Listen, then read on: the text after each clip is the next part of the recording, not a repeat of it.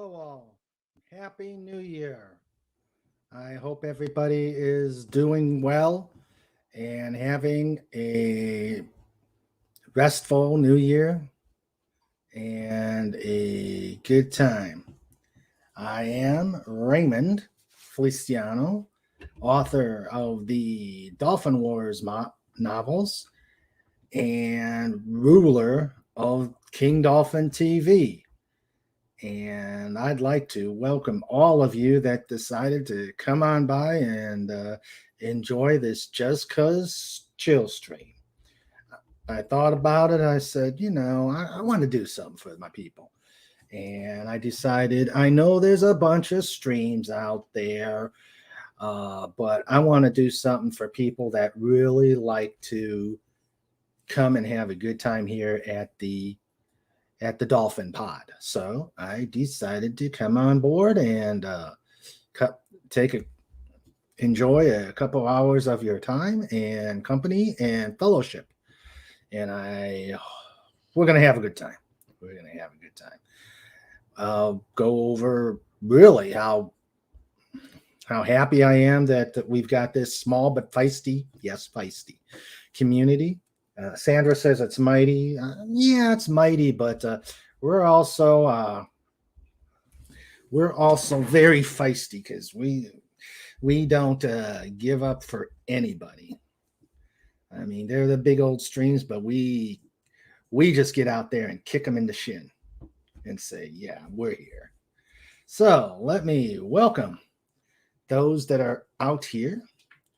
The famous, the highly punctual Legatus Legionii. He is out here the second I put out a stream, and I appreciate that because he will get some stuff. I'm sure he is passing the word around and getting people over here and telling them what I do here at the channel. The amazing Fez for Hire. Hey, John Rendell. How are you today, kind sir? Hope you did not party too much yesterday. It was Frolics. I love Frolics. I really love Frolics. Doomcock is an amazing entertainer, and they are a marathon. You have to really be ready to do your A game there and be willing to be entertained. Hail, Doomcock, you are the best. Hello, Casey Osowski. How are you, dear friend? Thank you for coming. I love what you said earlier on. I'm going to share this with everybody if I can pull it up in the let's see, where was it?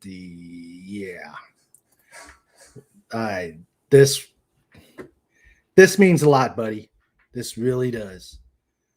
I really appreciated what you said. And it's like whatever you say, it just touches me, man. I really like that you're coming on and you really want to be here. I mean, there are so many out there, and it just means a lot that you're here. And the wonderful anti-derivative gel. How are you, dear? I hope you had a nice and restful New Year's Day and with the kids. And I hope they had a fun time last night at the New Year's Eve celebrations, whatever you did. That was great. Yeah, it's about where we're at here too, Legatus. I think it's about 50 degrees here. Oh, well, thank you, Jill. Thank you. I appreciate that. Looking at okay, down here, we had some company. Had some company here. Now he's disappeared. Snoopy's decided to come on by and put his presence known.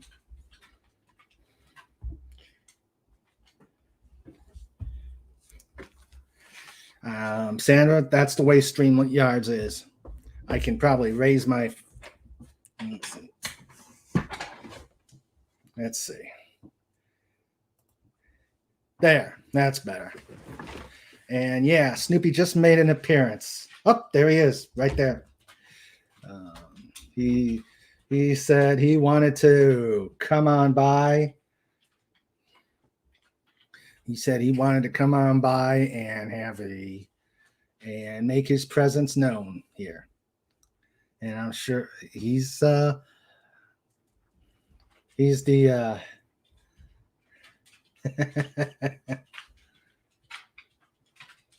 Hail Snoopy.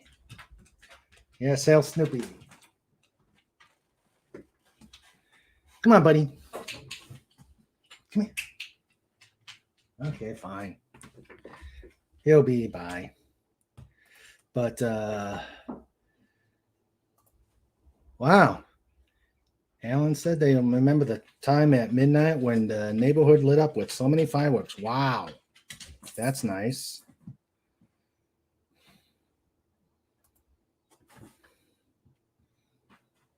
Okay, there he is. There he is. Hey, Snoopy. He's hidden behind a label, but there he is. I guess he's going to help produce the show tonight, or at least be the champion sleeper of the pod. As I usually say, hey, King Dolphin listeners, let's give a big welcome to Snoopy. Hey, Snoopy. Okay, all we're gonna see is his ear. He knows he knows we're giving him attention.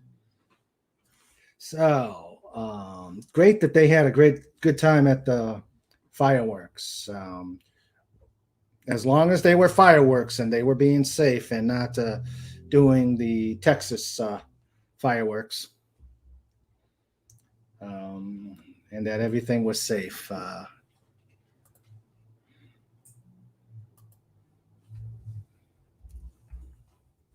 Okay.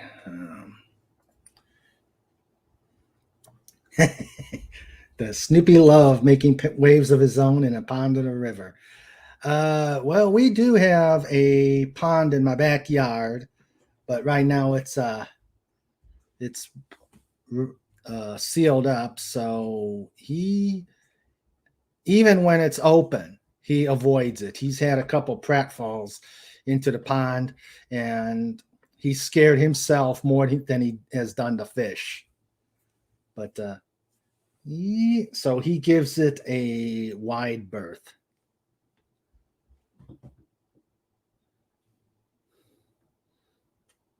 Yeah. Very quickly after he moved in. He was not a happy dog.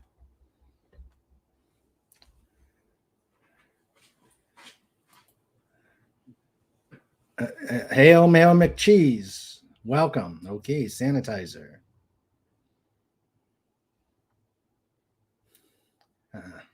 Thought you're usually putting in the bacon. Bacon. Snoopy's here. He would have it. Welcome. And I am so glad that we've got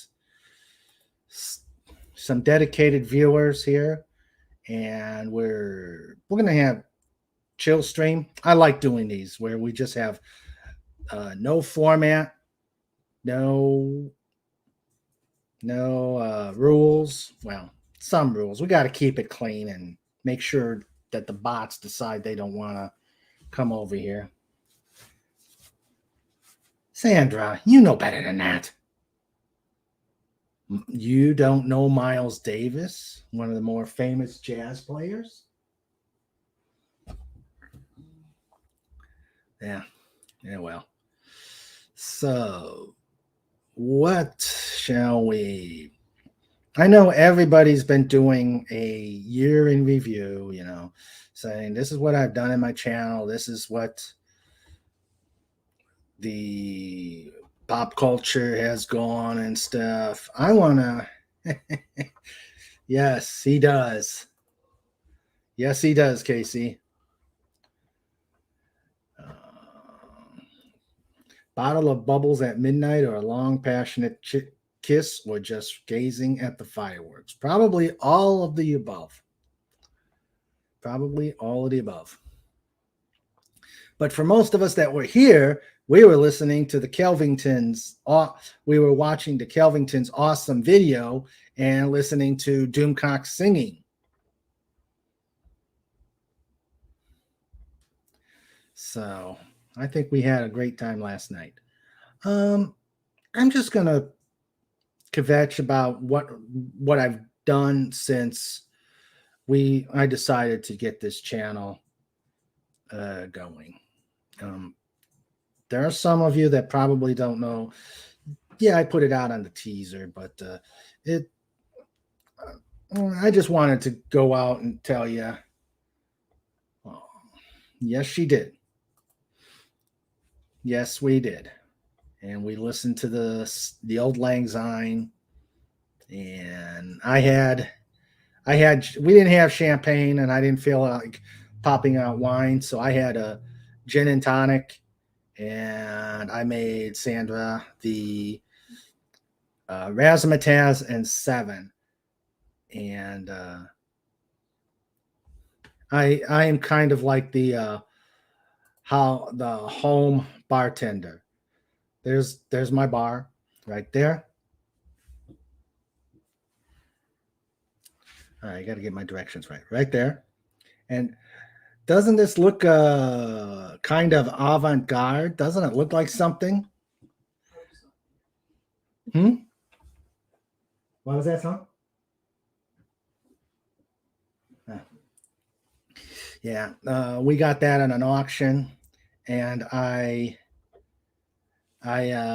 found this and said, let's get it, and looked at it and said, hey, that's a drum. That's a big drum. So we got it. Took a hard time to get it into the house, and it's a nice bar. It really is. It's 60s style bar, just nice. And so I am the barkeep of the house. See, I do everything: play drums,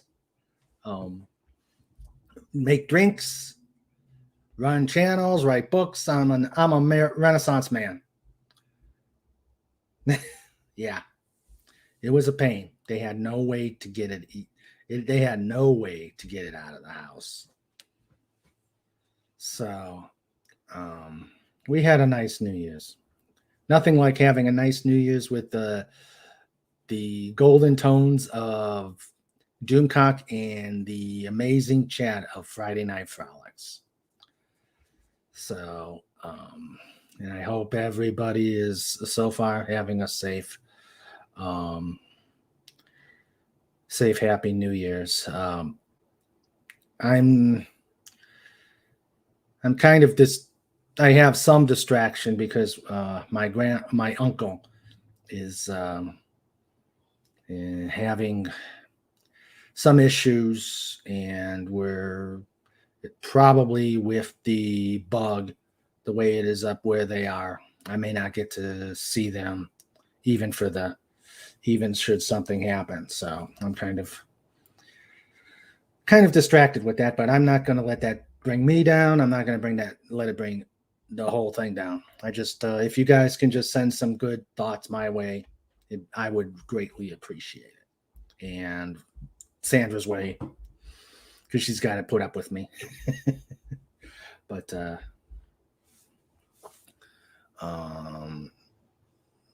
this is for you guys. This is really for you guys. And of course, yes, Sandra, you found it and showed me the drums. And you also showed me that they had one of the auctions had a Saab, either a Saab or a Volvo, and um, they actually put it on auction, and we actually bid for it, and obviously that went away really quick. So, um, so that was thank you, Jill, and thank you, John. I appreciate it. Well, you are the pod. You are the members of the pod, the Dolphin Pod. Yes, that's the way that we do it. Thank you, Jill. I appreciate it. So this channel has been around for about 3 months or 3 months, and this came out of I did the teaser on it, but it came out because, as everybody knows, I wrote 2 books. I wrote the Dolphin Wars. Yes, dolphins are my brand, and I wrote 2 books, and one came out in June. I mean, one came in January of 2020. One came out April of last year. I think they're great books, and everybody I have talked to who have read them, but who have not put out reviews, you have been warned. They tell me they're good books, but the problem is when you're going through independent publishing, such as going through Kindle, you know that you don't have the assets of a big publisher. You're pretty much the printer, you're the writer, you're the editor, you have to do your own marketing, and I have no problem doing that. As soon as I got my books out there, I did the whole web page thing, the Facebook page, and started looking for people who could assist to promoting me. I've been on I've been on one site, I've been on one YouTube channel that did book promoting, and I have to put that up on actually it's on my webpage, but I have to put that out there where they did an interview of the book. And then Doomcock, who gave me, without Doomcock, the books would still be on my computer. Doomcock did so much. He gave me the idea to go to Kindle. He said it wouldn't break the bank. He said it'd be a great way to get them out there. And yes, they were. That was easy. He's also been one of them. He always shouts it out whenever I'm on there. He shouts out the books. He's been very supportive of me and getting the books out there. Another one who's done it was Clobbering Times. Clobby put me on there. We talked about the books. He's put his links out, my links on his channel. They're always there. And it was great. Another one who did it was Mark D with a C. He was good. And a fourth was Stephen Walton. He had me on as a panel to talk about the books. But there was a trend that if I didn't know the people, it was almost hard to get word on my book out via YouTube. So that's where I started thinking, okay, how many people are in the same boat as I am and need a support system of someone that will dedicate their channel to promoting whatever creations they made? And I said, with discussing this with Sandra and tossing things around with her, she's the I give her so much credit. She's my muse. She's the other brain of me. She's my right brain, and she tosses ideas back at me, saying, Raymond, what are you thinking? And but we talked about this, and we said, this is going to have to be baby steps, but this could be doable. Yes, yes, and I do have wild ideas. Yes, I have wild ideas. So we talked about it. We started getting things together. We started working the technological aspects of it, tried to fight with StreamYards to figure out what to do with StreamYards. Uh, I got a couple videos out just to tell people what we're planning on doing here, and realized that just because I put a video out there, it's like, okay, this is a big file. How do I get it onto YouTube? All right, dummy. How do you do this? And a lot of the stuff I learned on my own. So, and then with slowly but surely, I got it to where I've at least got some teaser videos out there, and then it was ready for the big jump into a stream. I do like streams a lot better than just doing videos. I mean, yeah, I like videos, but streams they're more interactive to me. So we had to come up with a game plan. How find people that I can interview, find creators, find people. It was actually Sandra that gave me the idea to not just stick with creators, but stick with people who do other things, entrepreneurs, volunteers. It would branch out that way. So I thank you, Sandra, for that.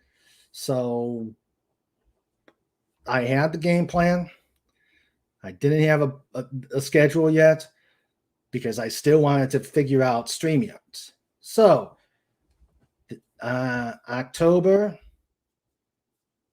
middle of October, I decided to see how well I did with StreamYard. I jumped on StreamYard to test a few things. Some of you were there to see how I did, and then just suddenly exploded. I mean, people were just coming in and saying, "Hey, Raymond, you're here. You're welcome. Welcome to the streaming world." And I was just like, wow. And the views on that were just amazing, just for a test stream. A premiere stream testing to see if I could figure this sucker out, to date has gotten me 155 views. So it was, I was in awe. I guess again, I've heard this before. I'm a dummy with a camera. But evidently there was enough that I was able to do that brought people in to have fun and enjoy. I had a special guest. I had Clobbering Times just pop in and say hi. I decided to bring people in and have an impromptu panel. It was you guys. You guys helped me a lot. Yes, we kept going for. It was 3 hours. It was a 3-hour stream, Legatus Legion night, and it felt like a half hour. I mean, it just moved. It grew a life of its own. So then I decided, okay, this worked. Then my birthday was coming up. I said, all right, let's have a birthday party. And that again, that was amazing. that was absolutely amazing. The views were almost as high. And of course, the highlight to me was when Doomcock came in and did a song, and we chatted, and everybody was just having fun. But when Doomcock came in, I knew, okay, I've made it. I mean, there's still a work in progress. There's still a lot of things I've got to do. But when Doomcock can come in and be a part of the show on my second episode, that meant a lot. So then we started going into, but before I go on, hail Lord Thoth, thank you for coming. Thank you for coming. Um, so, oh yeah, it was hard to. I didn't know when he was coming. I knew he was, but I didn't know when he was coming, John.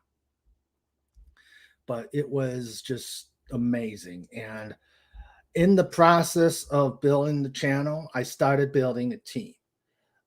Vet for Hire has done fantastic work, not only with my books, but with the um, logos that you see. You see the Avatar King Dolphin TV. That's all him. All the splash logos he's done, and the guy is amazing. I call him an evil genius, and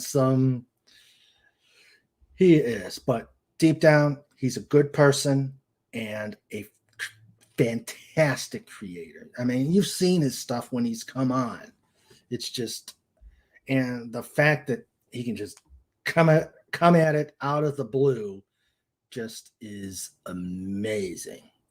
And I'm glad I consider him a friend, a brother in the community. And please go to his channel and support his work. He is amazing. And one of the things that I said about Vet was he made a meme out of me.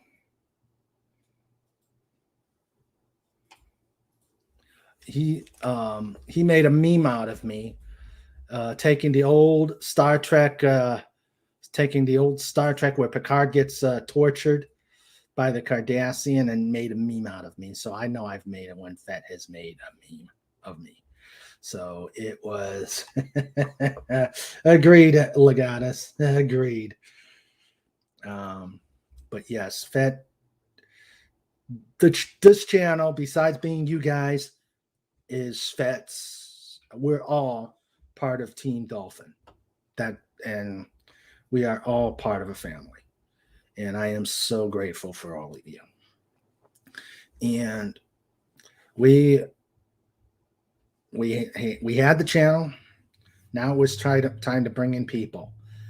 And amazingly, people were so glad to come on. The next person I brought Point Creation, who showed some of his great artwork. All right, Pudgy. I knew that was you bonking on my roof. Welcome, Pudgy. Sandra's got some eclairs specially made for you. So we started getting people, asking them, do you want to come on? Do you want to talk about things? I had Wendy Webb come on. She's an Army nurse. She was an Army nurse.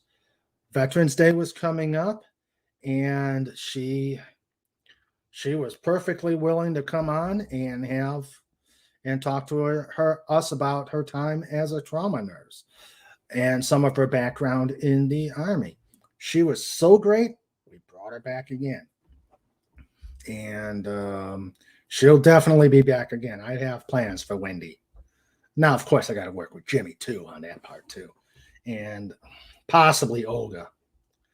But having her come on was very special. The highlight was coming on. We had Civil Air Patrol's anniversary, and for those, well, most of you were here, so you know that Civil Air Patrol is the U.S. Air Force Auxiliary, primary for cadet education, aerospace education, and emergency services. They were here for their 80th anniversary, and I wanted to do something nice for them, so I got a couple people that I knew from the West Virginia wing, and they came on, and as you saw, they were very professional. It was a wonderful time. They enjoyed it. That had the highest views, but that went across the country, across the world, and I thought that was a great way of bringing. And that was a great way of bringing attention to CAP worldwide, because I knew I had people from Canada. I knew I had people from Australia. People were coming in to see, to hear about CAP. And yes, that cadet could be the next wing or a future wing commander. So then we've interviews throughout November, December. We started a discussion on Deep Space Nine with the ever popular anti-derivative Jill, the communications officer of Saturday Night Star Treks. And please go to Clobbering Times on every Saturday, where we, under the guidance of the first officer, Raquel Briggs, do amazing reviews of Star Trek episodes. But I wanted to start talking about DS9. I love DS9. It's probably the second. It's the second of the series for me, because of the drama that it brings out. And Jill just brings it. She brings her A game when we do that, and we'll be doing more of those. We've got one coming up in middle of January, and I look forward to having Jill back on, where we just take on DS9 and make it enjoyable for everybody. I've had Gary Ambrosia's wife, the bunny rescue in California. That was a good time. Pudgy started tossing bunnies all over the place. That was a good time. And then now it's the end of the year. Yes, definitely, Joe.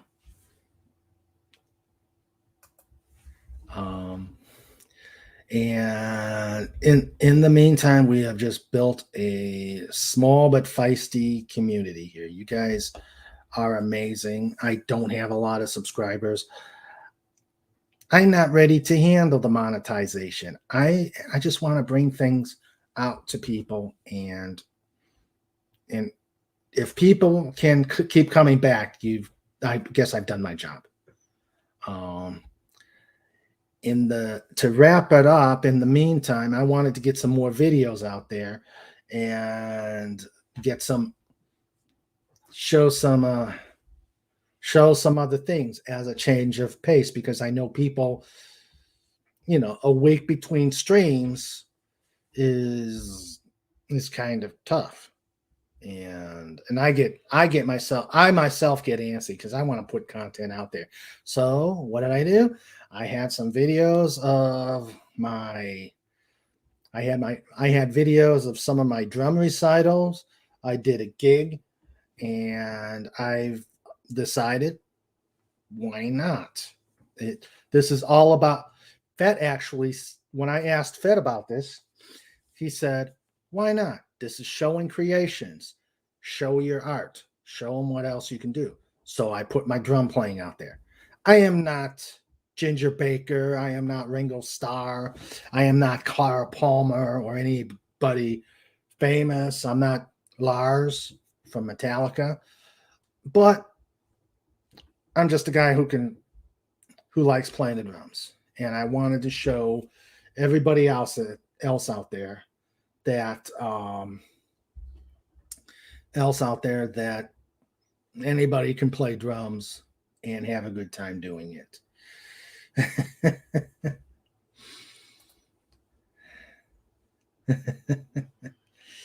Not sure what you mean, Legatus, and you got your groupie camera person out of it. I need a better explanation on that, pal. But yeah, I enjoyed it, and it's a nice change of pace to bring some more talent out there. There, it's been a heck of a ride for 2 months, and it looks like it's going to be a wild ride going on. Going on in 2022. I've got interviews already set up for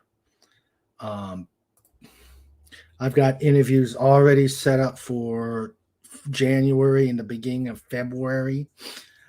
I'll go over those later on in the stream, but all I gotta say, guys, is thank you from the bottom of my heart. You have done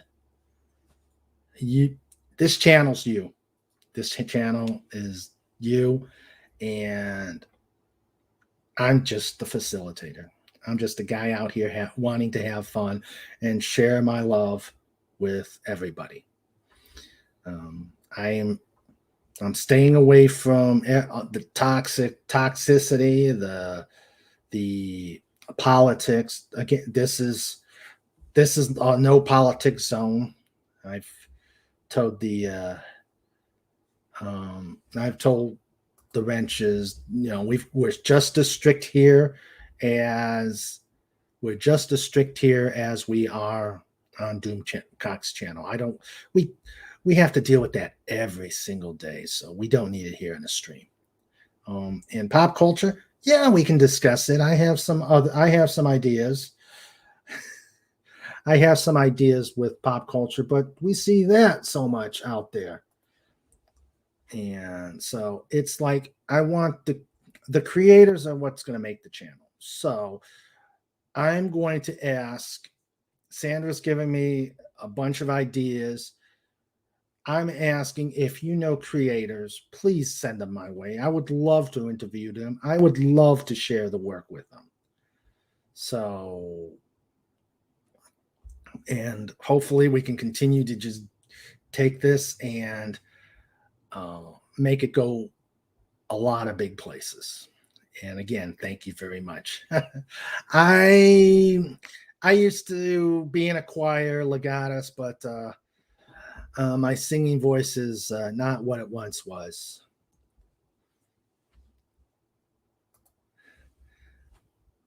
I agree, Pudge.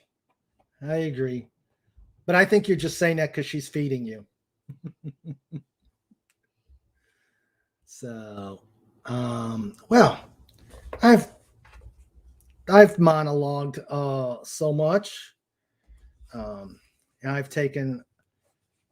I've monologued a lot. So I'm gonna bring it on.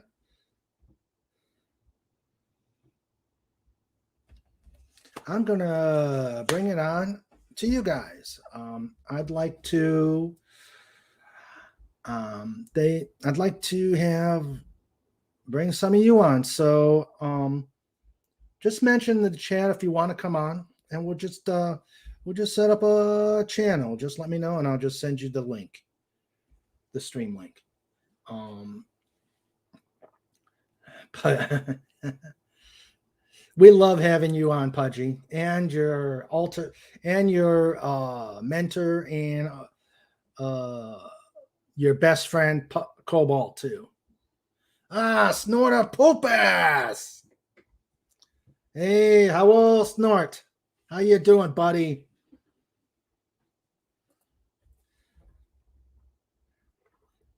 Okay, I got the first victim.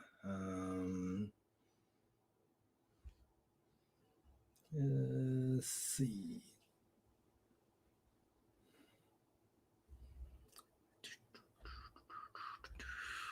Let's get. I know some of you, John. I always ask you. You do not have a Twitter handle, do you? I will just put it out here.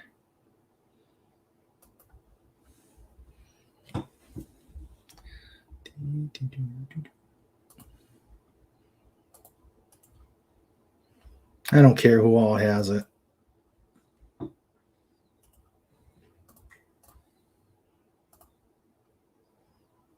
Yes, you are a very articulate and intelligent bear. And I'm still going to try to figure an avatar for you, my bear. So there's the link. Anybody who wants to come on, pop on in. Because I know a lot of you probably don't have Twitter. And I want to give you guys the chance to come on and have. Okay, Casey.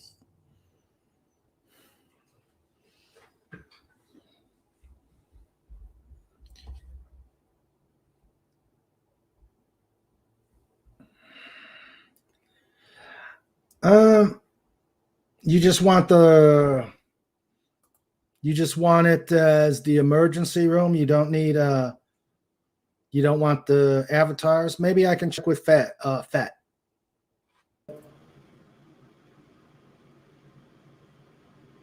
Hey guys, we've got Casey.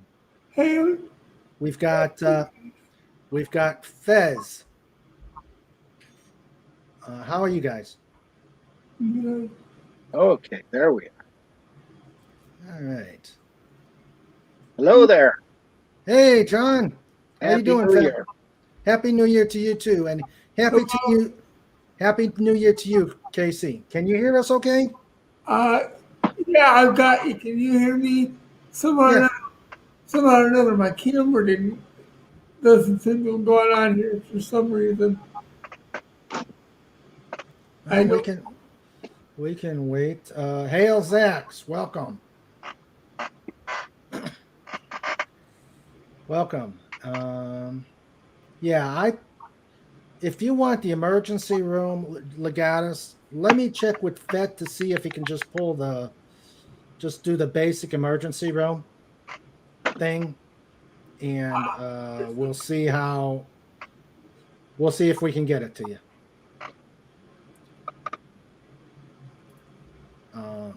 One of the things is I'm trying to figure out how to, like Doomcox, how to minimize our pictures and get see, I can do that, but I can't get it any smaller. Raymond? Yeah. I think I'm going to go out for a minute and try it again because okay. I don't understand why it doesn't look like I'm showing up. We got a blank screen. Are you on your stop cam on StreamYard? Yeah, I'm just on the webcam on my computer. Okay. So, and provided I can get the link again, I'll come back in and try it again. All right, sounds good. Okay. So you're not going to be able to come on, Jill?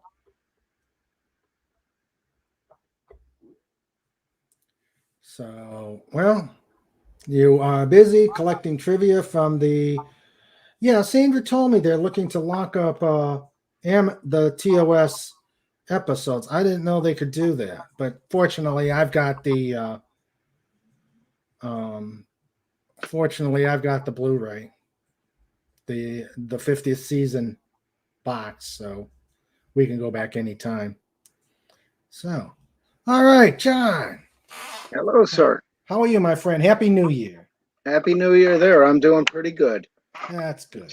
That's good. Chilly and dreary, normal Pennsylvania weather. Yeah, it's been raining.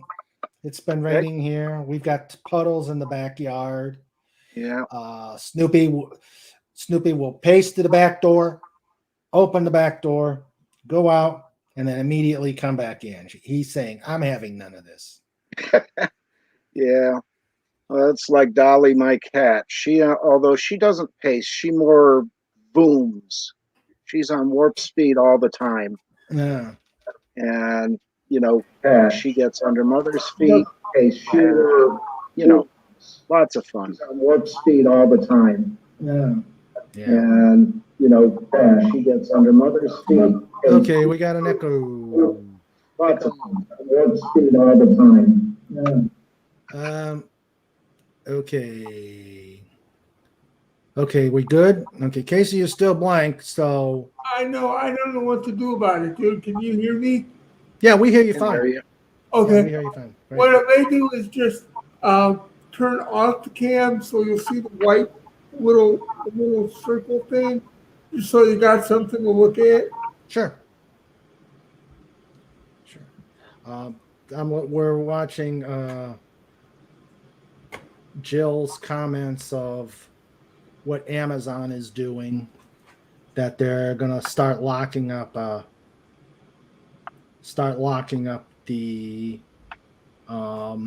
Star Trek from Amazon Access. And yeah, that's sad.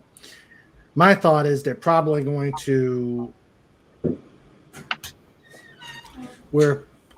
my thought is they're gonna find a way to put it on Paramount Plus in order and force the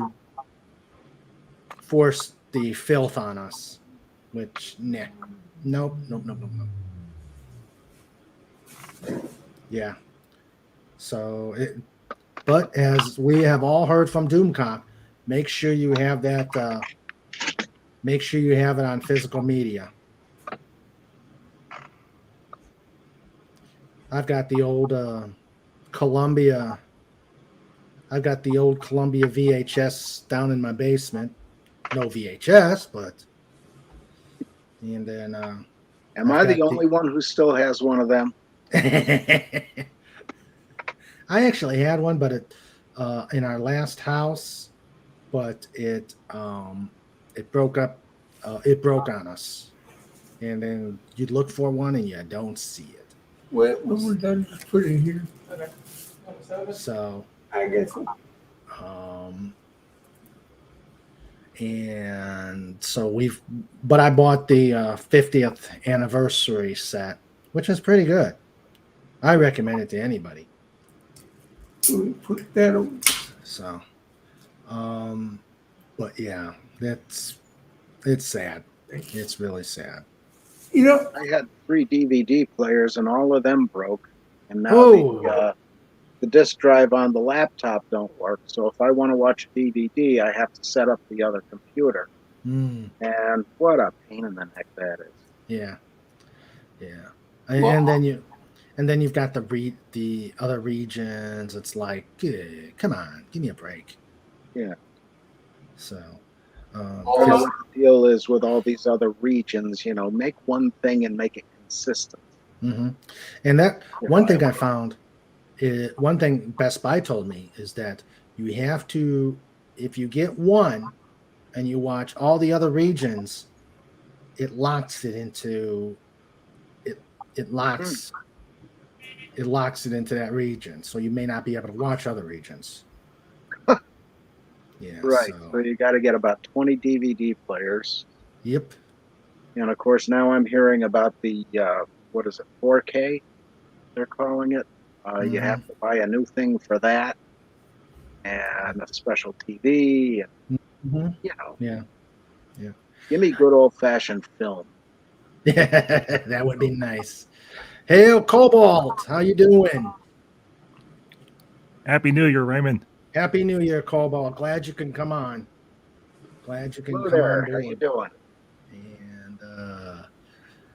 And I heard Pudgy slam against the roof. I don't know why he decided to do that, as wet and slippery as it is up there. You know, Pudgy, he always needs to do roof inspections. Okay. Well, we just got a new one up above the living room. Oh, nifty. Yeah. So, yeah, we got the new roof there before late summer. So, Best time to do it. mhm. And they were good too. They were done in a day. Yeah. They were done in a day, and that's amazing. Of course, we don't have a big. The extension is not that big. Okay. I mean, you can look at my background, and you can see that's about the size of the extension off the house. Mm-hmm. So, yeah. So glad you're here, and I'm glad everybody's here. I'm gonna go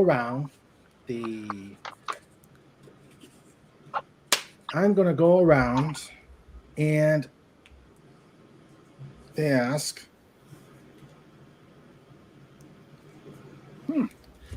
Ask, and this is totally up to you. Totally up to you. I'd like each of you to share what has been the biggest impact of your lives this past year. And we know it all sucked. We know it totally sucked. But there's got to be good, bad, or something you'd like to share with other people about how 2021 affected you. And I'm going to go in alphabetical order and ask Casey first. Well, Raymond, I hope you can still hear me. I came back we hear you fine. in the picture ain't working. But I got to tell you, man, the one thing that really stands out to me in 2021, because for me, life hasn't changed a whole lot since like 2019, because way back then, about 6 months before the COVID lockdown started, my electric wheelchair broke down. So I was in the house for 6 months even before COVID started because they couldn't get me a part for the chair. So I've been in the house for 2019, 2020, and 2021 for most of it. Now I get out a little bit now, but I got to be honest. The biggest impact on me, positive impact, is not only Doomcock, but being able to meet all of you nice people and being able to, well, to actually want to, like, for example, you may not know this, Raymond, but I've always wanted to be an author too. What I want to try to do is, one of the things I'd like to try to do is set up a channel of like original short story horror, fiction, and actually have it so that in the comments I'd be able to let people, if they wanted to actually buy the book that the piece was made off of, they could do it. Now, the biggest problem I'm having though is that I am disabled.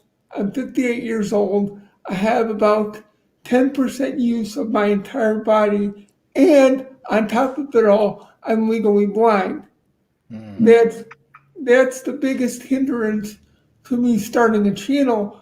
And I really want to do that because even, irregardless of what kind of channel I start, there are just things that I want to say, things that have impacted me. Like, for example, I was a cancer survivor, and I found out a number of years ago that I've got terminal cancer again, and the doctors say that it's a very slow moving cancer, so they don't know how long I've got.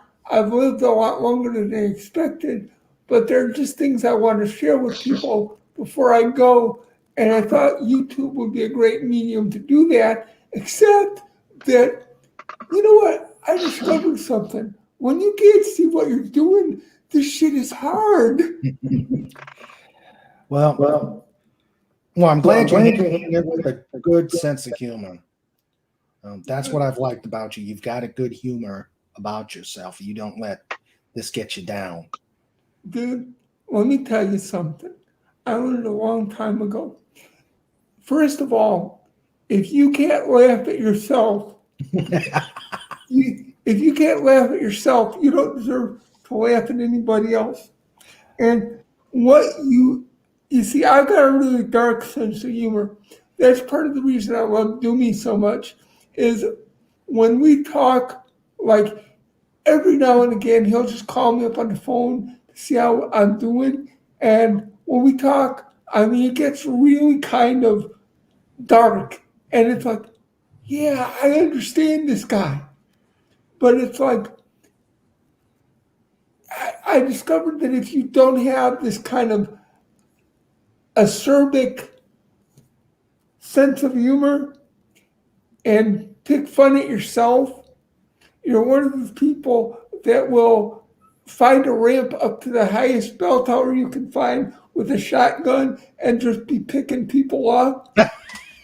and I don't want to do that because I live really close to a college campus that has a really high bell tower. Yeah, you know what I'm saying? Yeah.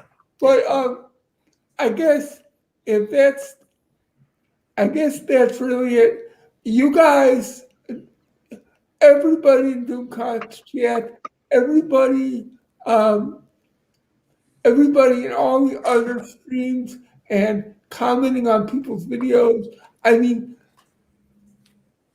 I've never had much of a family life. I don't have many friends. I don't have a girlfriend or anything. So I look at you all as part of my extended family. Mhm. So, you know, you guys are the best. That you could let somebody on here who doesn't even have a channel, uh, and just let him blow off some steam. Hey, that's what I'm all about. And I agree with you, Casey. I will be the first to tell you, if you can't laugh at yourself, then you have no business laughing at anybody else. And I will laugh at myself all the time. I do have my moments, but it's you got to have a sense of humor. You have a sense of humor. And what I'd like to tell you, Casey, is just here in this little panel here, you've got two authors. Fez is very creative. He's a very creative person, very articulate. I think between us and everybody else in the Doomcock family, we can be able to figure out how to get you that channel. You, I don't even care about making money. Actually, I hope I don't, because to be really honest with you, I love Doomy, but that boy works way too hard. I mean, he does. I mean, don't get me wrong. I already bought video making software so that I can pump out just about any kind of video that I want. They'd be mostly like slideshow videos, but I figured this point of video is a video is a video. I just want to get ideas out there to people. And I don't even care if you like all my ideas because you probably won't.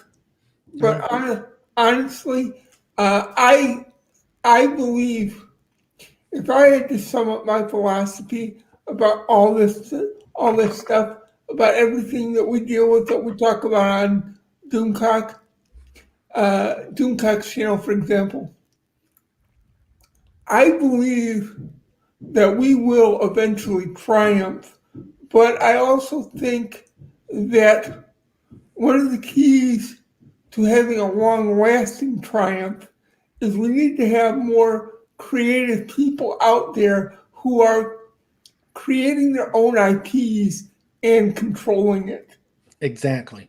So Exactly. that basically, I mean, don't get me wrong, I love Doomcock, but I hear people talk about what strides we make.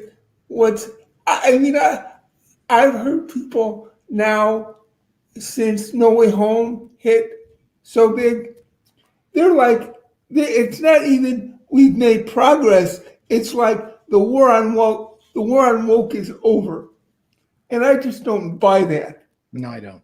So either. it's like if I'm just sick of being part of the problem. I don't want to be one of Disney's flies that gets swallowed up by a large company just so they can make money.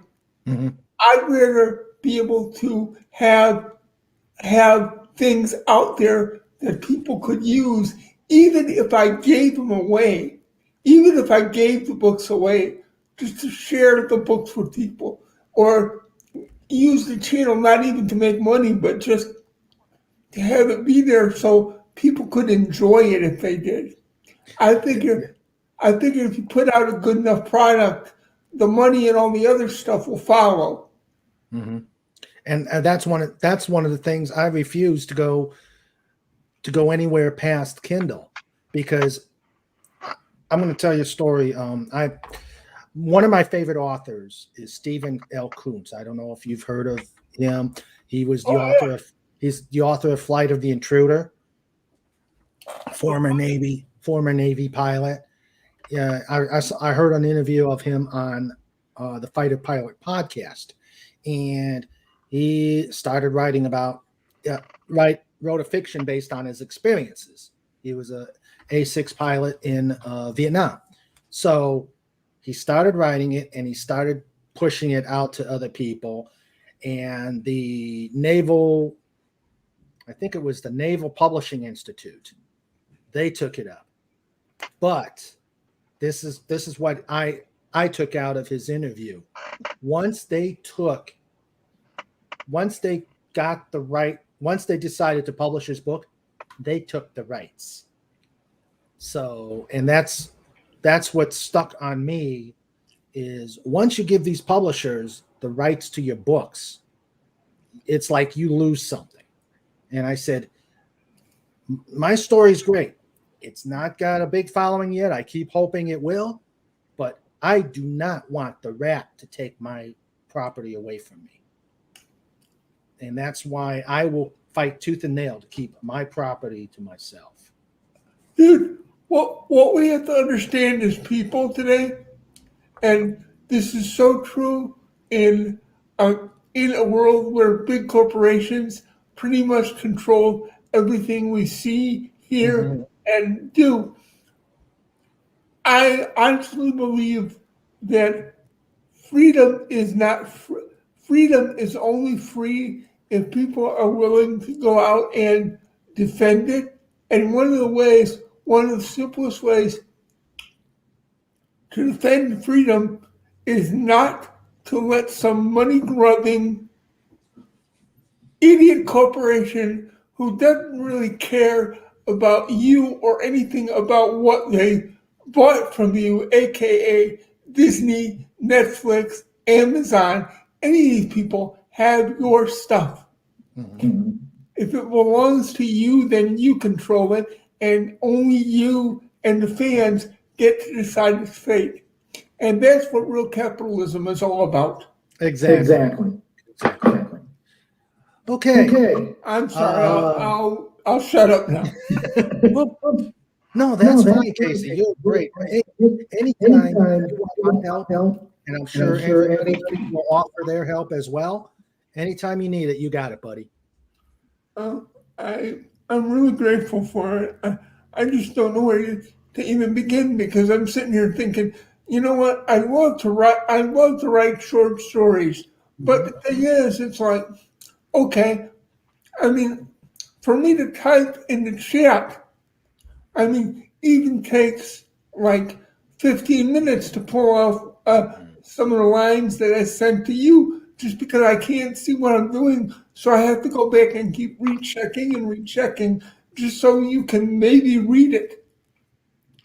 Well, what we've seen on like your super chats to Doomcock are just very articulate, I, and I, I am impressed. I appreciate that. But, that's another thing is it's so hard to do that in the space of don't tell Doomy this, please, because I wouldn't want him to feel bad. But a lot of the time, why he gets such big super chats out of me, it's because when you start out at a lower denomination, they don't give you Mhm. as much time to type.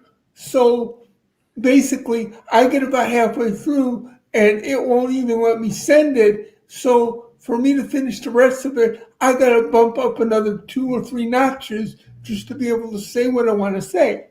Now that's fine because I love Doomcock and I'll give him the money regardless. I mean, there have been nights that I gave him the money just because I wanted to, but Mhm. there are also other nights that I gave him money because that was the only way that YouTube or whoever is taking care of super chats on Friday will give me the option to go ahead and do this. And I can't keep just typing things in the chat because he's got so many people on a stream that he can't go back and look at it. Mhm. Yeah. So I got to kind of do this, which is great because I would have supported him anyway. Yeah. Um, Sandra says, and there are those. Have you tried those voice to text? God, try saying that 10 times fast. Voice to text technology that Yeah, can help you writing.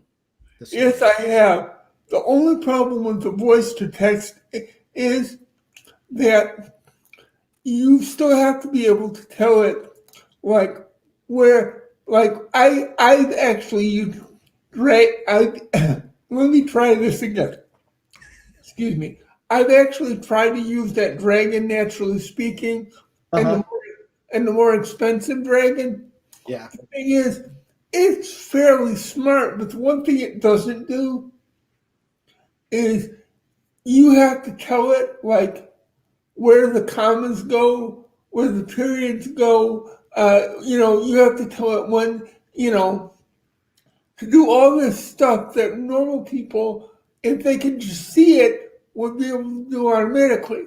And because the bad thing for me is, as you can tell, I'm a much more verbally articulate person than I am a writer, a physical writing person, because to be honest with you, a lot of times in schools, when they teach you how to write, you have to look up at a chalkboard or whatever, and you have to look and see where the commas go, where the periods go. I could never do that. So to this day, I really don't know if I'm writing the right thing or not. Mm. You know what I'm saying? Oh, yeah, definitely. I'm trying to do the Windows on the Word voice editor, and I've got a hate relationship with that one. I'm just gonna type the thing. I mean, for me, it's like, and then there are places that you can go to that'll automatically do transcription. I found one that'll give you like a built in, it's a cloud based thing, and they'll give you a recorder that you can actually use to do the whole thing. The only problem is that it gets very prohibitive as far as word count and cost. Yeah. So it's like, okay, I mean, I'm thinking like this. And my basic idea is if I could come out with a book that contained like an anthology Hmm. that maybe does like 4 or 5 stories per book, Hmm. maybe does like 150 pages. That's great for That's a great place to start. I can keep cranking these out once I get into a groove that I know what I want to do. But even at that, when you add up cost per word, that gets really expensive. And then you go, okay, how much am I going to be able to sell this for on Amazon or, on Kindle? Because, I just want to make sure that it is at least a proposition that will allow me to break even. Yeah. Yeah. Well, it's tough. I'll tell you that. It's very tough. And it took me 40 years just to get it published. I will tell you that. He says with gritted teeth. Yeah, but like I said before, because you spent the 40 years to do it, now you have something that is uniquely yours and something that nobody can take away from you unless you want to let them. Yes, definitely. Thank you. Thank you. And that is an achievement in and of itself. I just wish I could achieve something because honestly, when I think of all the things I've tried to do and failed at miserably, you know, after all the I'm even a college graduate. I graduated from the same college with the bell tower right down the street. I graduated with like a 3.5 GPA when I left college, Hmm. and that was over 20 years ago. I have never been able to work an on the books job a day in my life. Hmm.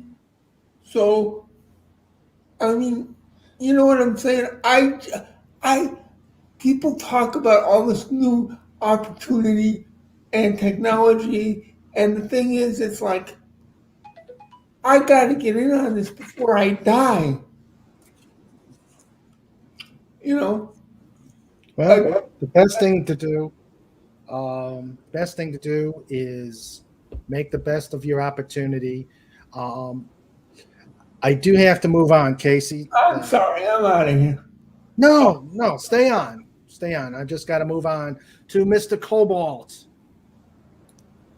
Um, how are you, sir? And we will ask the same question of you.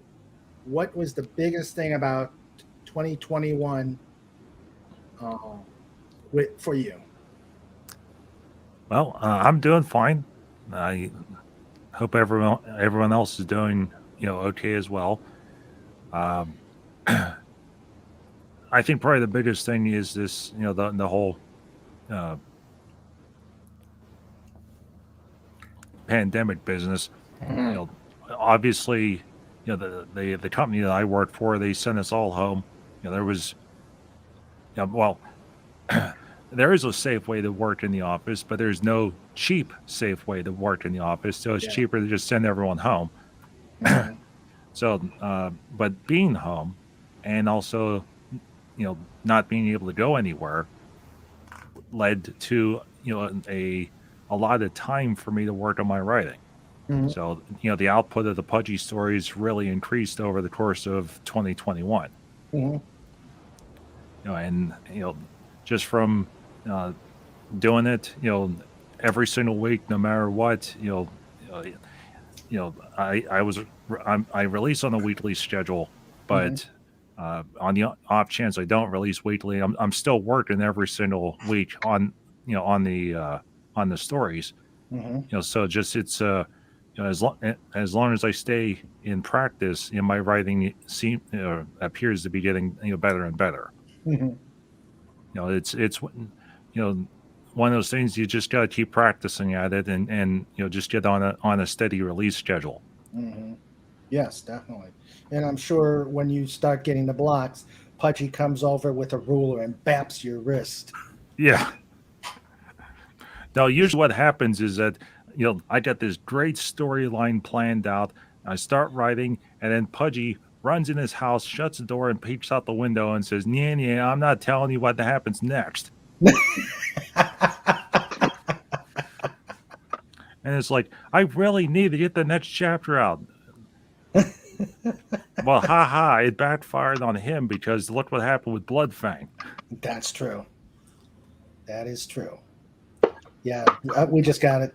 We just got it today. I'm probably going to read it tomorrow or Monday, just before going to work. I enjoy reading them like as I'm prepping for the day. Mm. I'm glad you like them. Yeah. Sandra gets the first read, so I gotta say, don't tell me. I'm gonna find out for myself. Well, I do have a very, very tiny spoiler. Oh, And and it's like I said, real tiny. But Sandra Heron and Raymond Heron will be showing up at the end of Bloodfang. They lead into the next storyline, which is Eternal Summer. Ooh. Yeah, That's going to basically, the ending for Bloodfang is going to be so gigantic in terms of the world that it will completely screw up everything, but at the same time will usher in the next major storyline. Oh, cool. That one takes Pudgy on a grand ocean adventure. He's either heading towards Japan or the Philippines, or maybe both. Nice. That's that. I look forward to that one. Summer, palm trees, oceans, breathers, and hedgehogs. What a combination. Yup. Yeah. Yeah, and if he rolls over and shaves his belly, he can get a suntan too.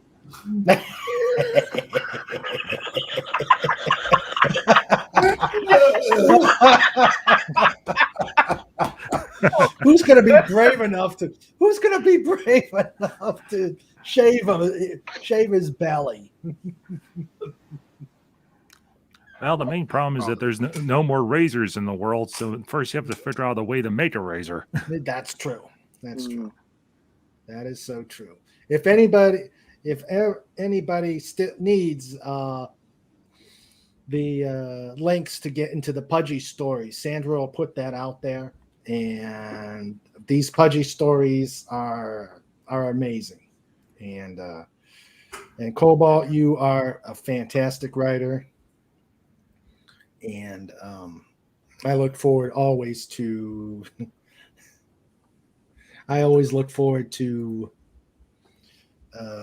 reading them. And I think you should put them into a big anthology book.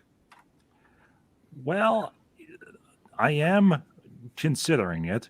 I was telling Sandra the one time that I have two potential ideas. The idea number one is to do some sort of digital thing, and commission artwork, for a cover of some sort. Or the other thing is actual physical media. And when I say physical, I have an idea, as in it would, and this is, it would be difficult to produce, but if I can make it work, it would be absolutely awesome. And it would be little books about the size of a hedgehog would use, and it would be his entire story series. Yeah, that's interesting. Now, the only problem with this plan is that someone like me and like you and that has to wear glasses, it would be a case of, all right, open the book, get the tweezers out, turn the page, get the magnifying lens. So it's one of those circumstances like, and I have a commercial printing background before I went into IT, and there's limits to how small you can make a typeface.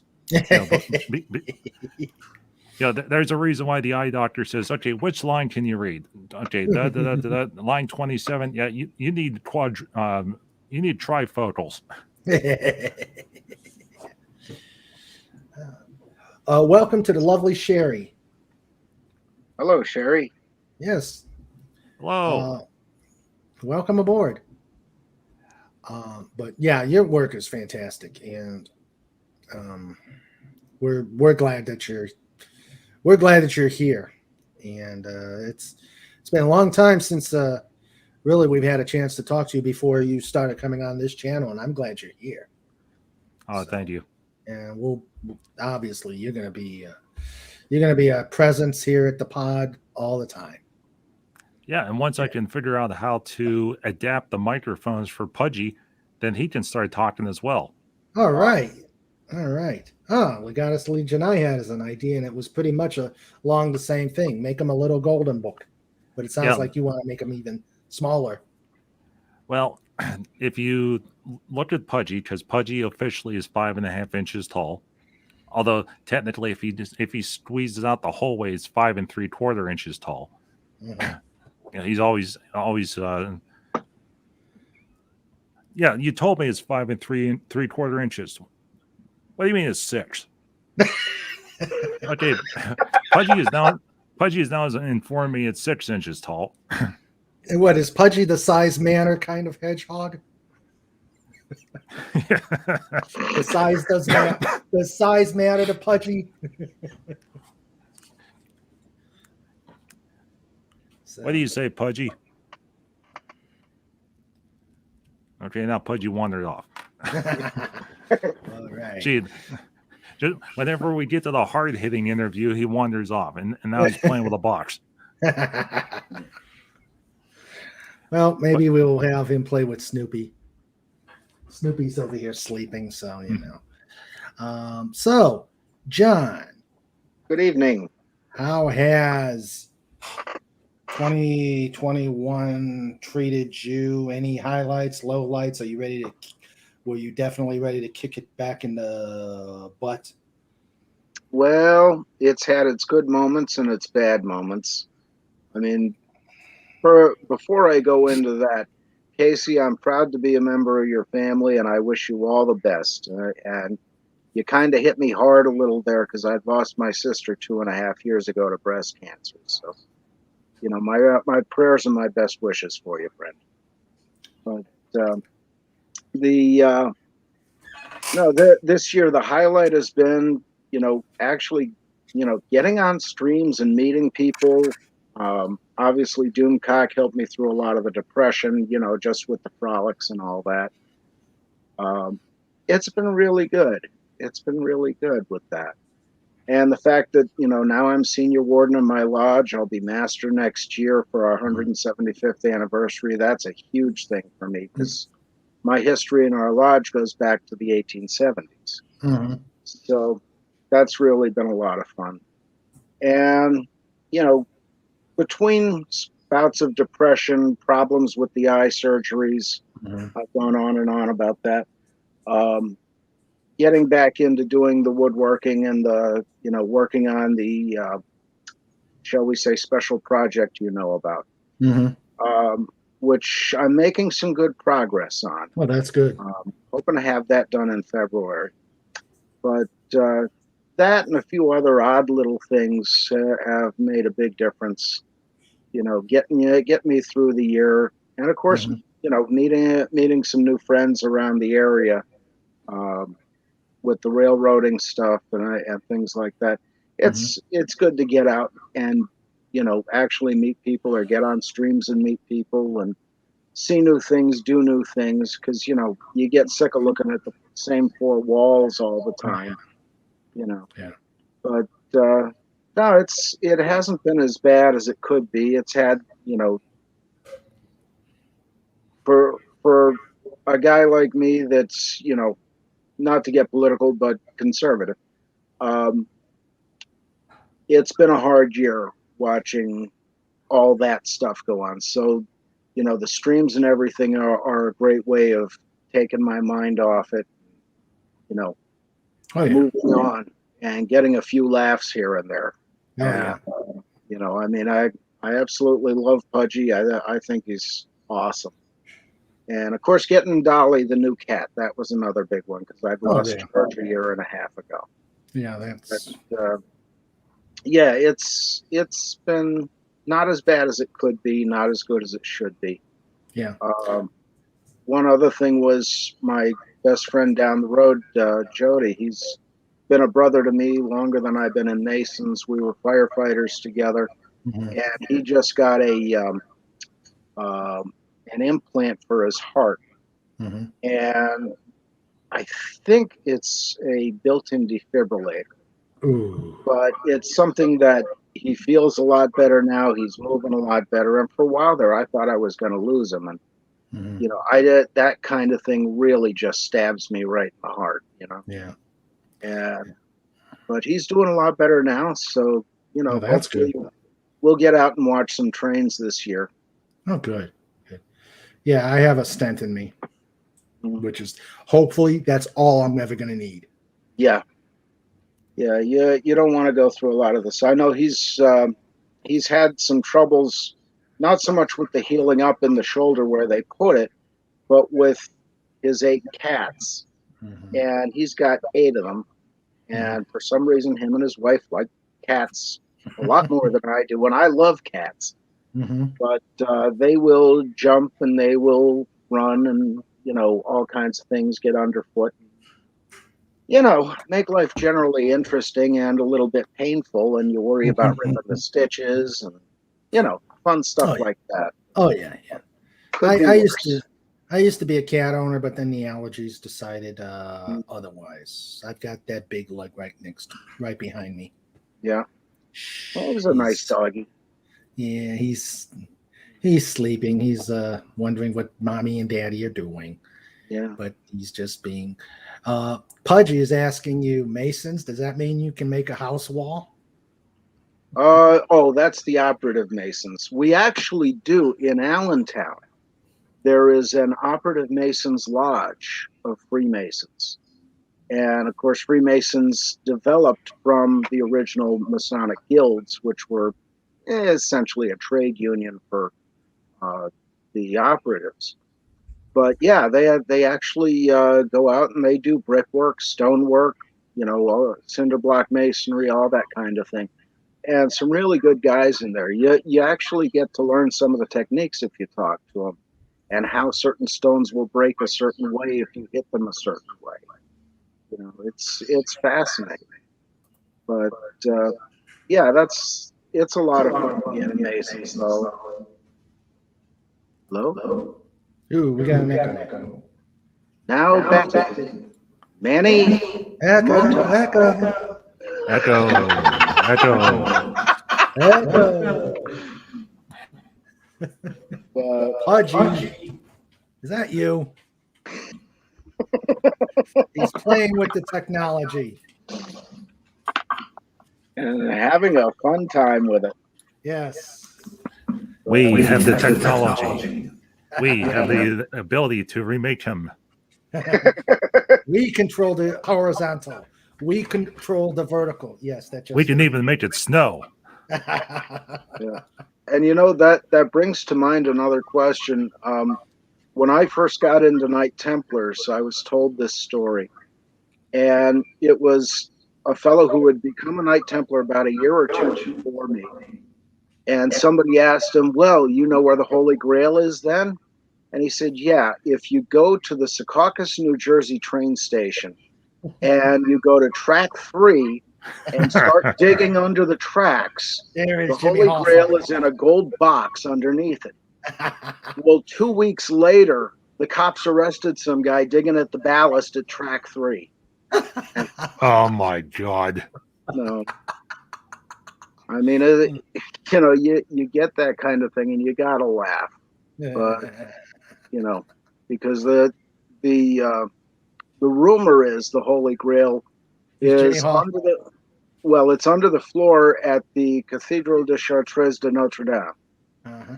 and right in front of the altar. Now, whether or not that's true, who knows? But the guy who put the floor in. But it's a nice thought, and of course, I remember there was a documentary. It said that there's this one chapel that's in Ethiopia that's Mhm. surrounded by monks. So Yeah. supposedly that's one of the other possible locations. Well, that's the Ark of the Covenant, yeah, and there is an Ark in there, whether it's the Ark or a copy. It's up for debate because nobody can see the thing except the guy who actually is in there taking care of it, and he is not allowed ever to come out of the building. Yeah, exactly. And that's another one of those catch-22 things. You'll never know for sure until somebody either forces them to or they volunteer to open it up.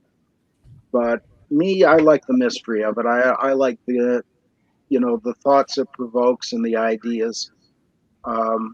There was I can't remember the fellow's name. He was an astronaut, and he got into the search for the Ark, and he claims he found it in the fourth gate, the horse gate of the temple in Jerusalem, and it had been crushed and was pretty much rotted away. It's possible. I haven't seen it, so I can't get to Israel. I'm broke. Yeah. Me too. I'd love to. I'd Also love can't to be travel able. anywhere. Yeah, there's that. There's that. Yeah, But, it's one of those things that if that object truly existed, which I believe it did, Yep. I believe in the Bible. I believe and the Bible is comprised of both the Old Testament and the New Testament. Right. So, and the Old Testament is from a trustworthy source. So, Mm-hmm. if that object and the other objects were as powerful as they were, Mhm. there's no way in any shape or form that the Almighty would leave those things laying around. No. He would send an angel. He would send a disciple. Someone would find it. Someone would take it to a place, and it would be pulled off planet. Mm-hmm. Yeah. Well, you have to remember that there's a passage in the Old Testament, and I wish I could remember exactly which one it was, but it says there will come a time when the Ark no longer matters. Yeah. So that, I'm not disputing what you say, but at the same time, you got to weigh that in a little bit, and a lot of the other factors of, the travels of the Ark and who sacked what city and where it went. It's an interesting conundrum, though, and I would hope it's still there. Mm-hmm. But it's a lot of fun.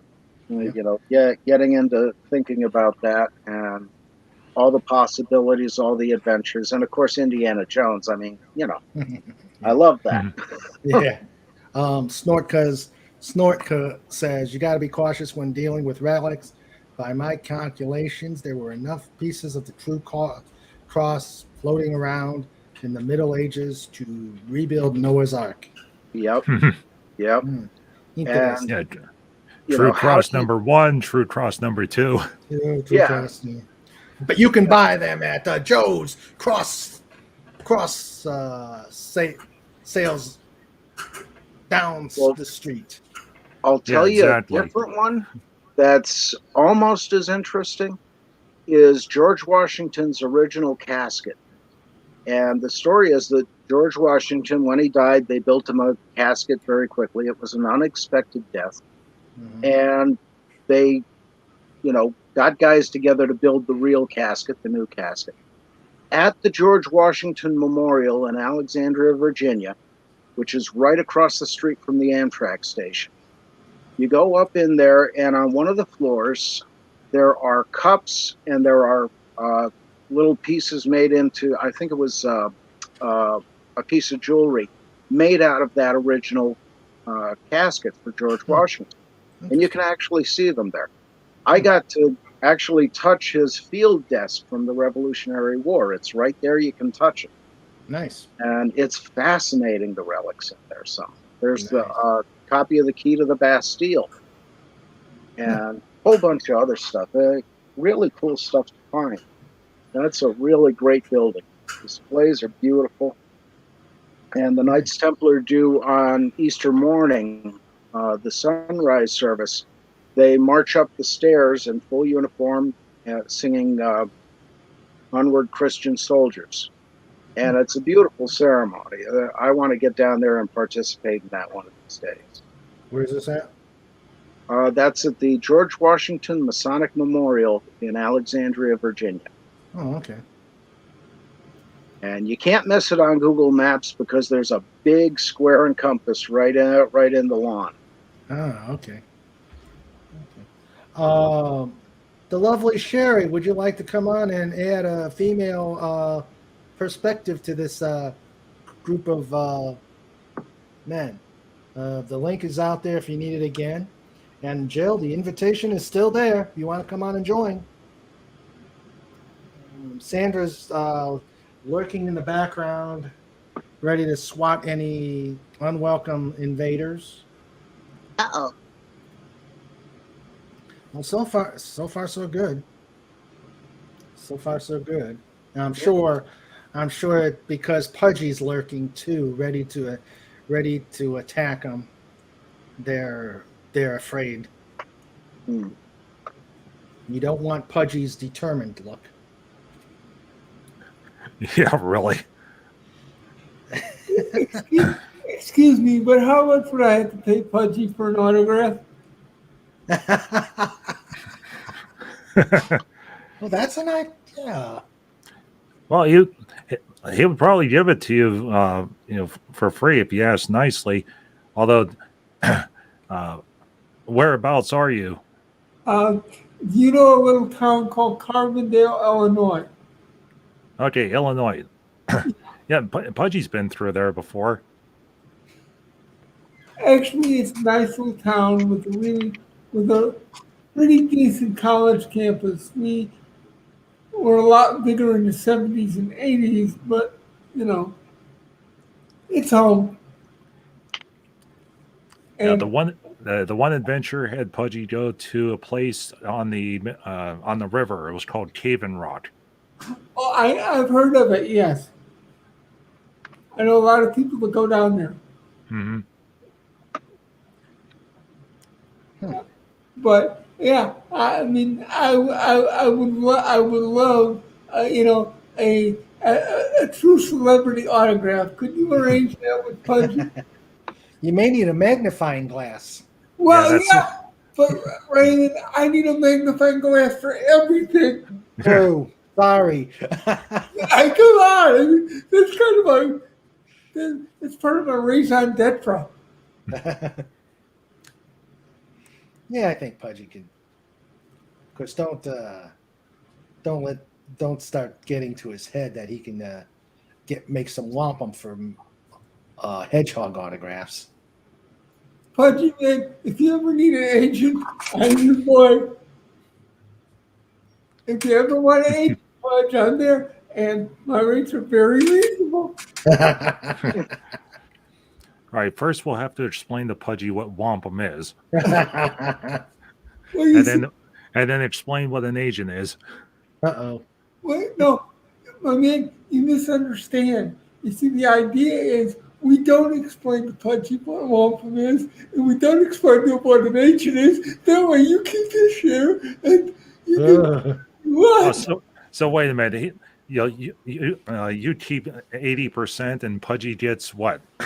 No, you get 80%. I get 5%. Matter of fact, you get even more than 80%. You're the one doing all the physical labor here. So, I just want, if I get 5% for pimping Pudgy out, I don't care. Oh no, there will be no There's pimping of a any visual. hedgehogs. I didn't mean it that way. Oh, man. The one thing that I will not do is 50 Shades of Pudgy. 50 Shades. I already deal with Cinemax already gone. Oh my God. Oh my! Oh, Yeah. wow. Yeah, then poor Sandra has to explain to Pudgy about certain elements, and it's like, no. Well, Pudgy, Oh, wow.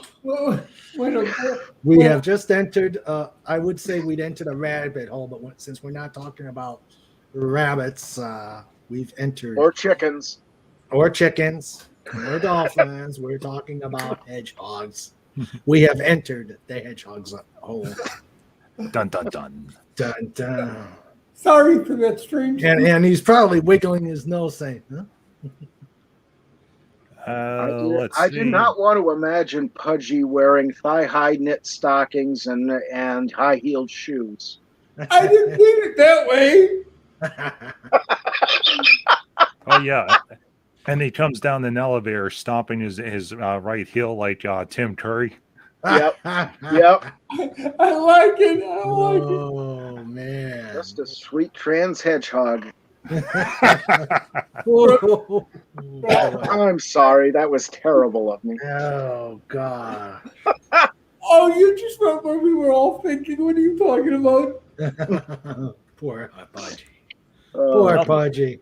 Well, Pudgy likes Rocky Horror because if you think about it, there is that one scene, the one guy's holding a plate full of donuts. Ah, that's Mm-mm. true. Oh, the donuts. Donuts. Yes, donuts. I love donuts. Donuts are Mhm. good. Maple Oh. donuts. Maple Oh, yeah. Donuts make me from happy. Maple Donuts in Lancaster. Mm. Mhm. I have to get down Yeah. there. Yeah, that'll be a nice trip. Mm-hmm. Oh, hey, Casey. Yeah. If you're interested in setting up a site for any potential writing, I recommend WordPress. There is a free option which you can start on, and then if you proceed along with it, like there's multiple levels. I signed up for the lowest option, and you get a domain name with it. So, if you want to release your writings that way, that's a real free and easy method. Well, I might actually do that, but as I say, my biggest problem now is to actually figure out a way to make it possible for me to do the actual writing itself in a way that won't necessarily bankrupt me even before I begin. Yeah, exactly. Mhm. Um, so but my one of my New Year's resolutions for 2022 is by the end of the year I'm going to have something out on Kindle. I don't know how, and I don't know. I've even thought of just um, I've even thought of going and just taping something and putting it out on Audible. You know what I'm saying? So I didn't have to do any of that. Um, I know that if you do that, you have to make your material pretty long. But if I have to be, I can be very long-winded, as you all can no doubt attest. But I mean, I'm just not sure what's the best way for me to go to render onto my muse what they've been so long denied. Hmm. Hmm. Well, a little research is in order, I'm sure. Yeah. Yeah, I'm just not even sure where to go to even start doing it because, like I said, I've looked into a lot of different softwares and I've tried a lot of different online things. Yeah.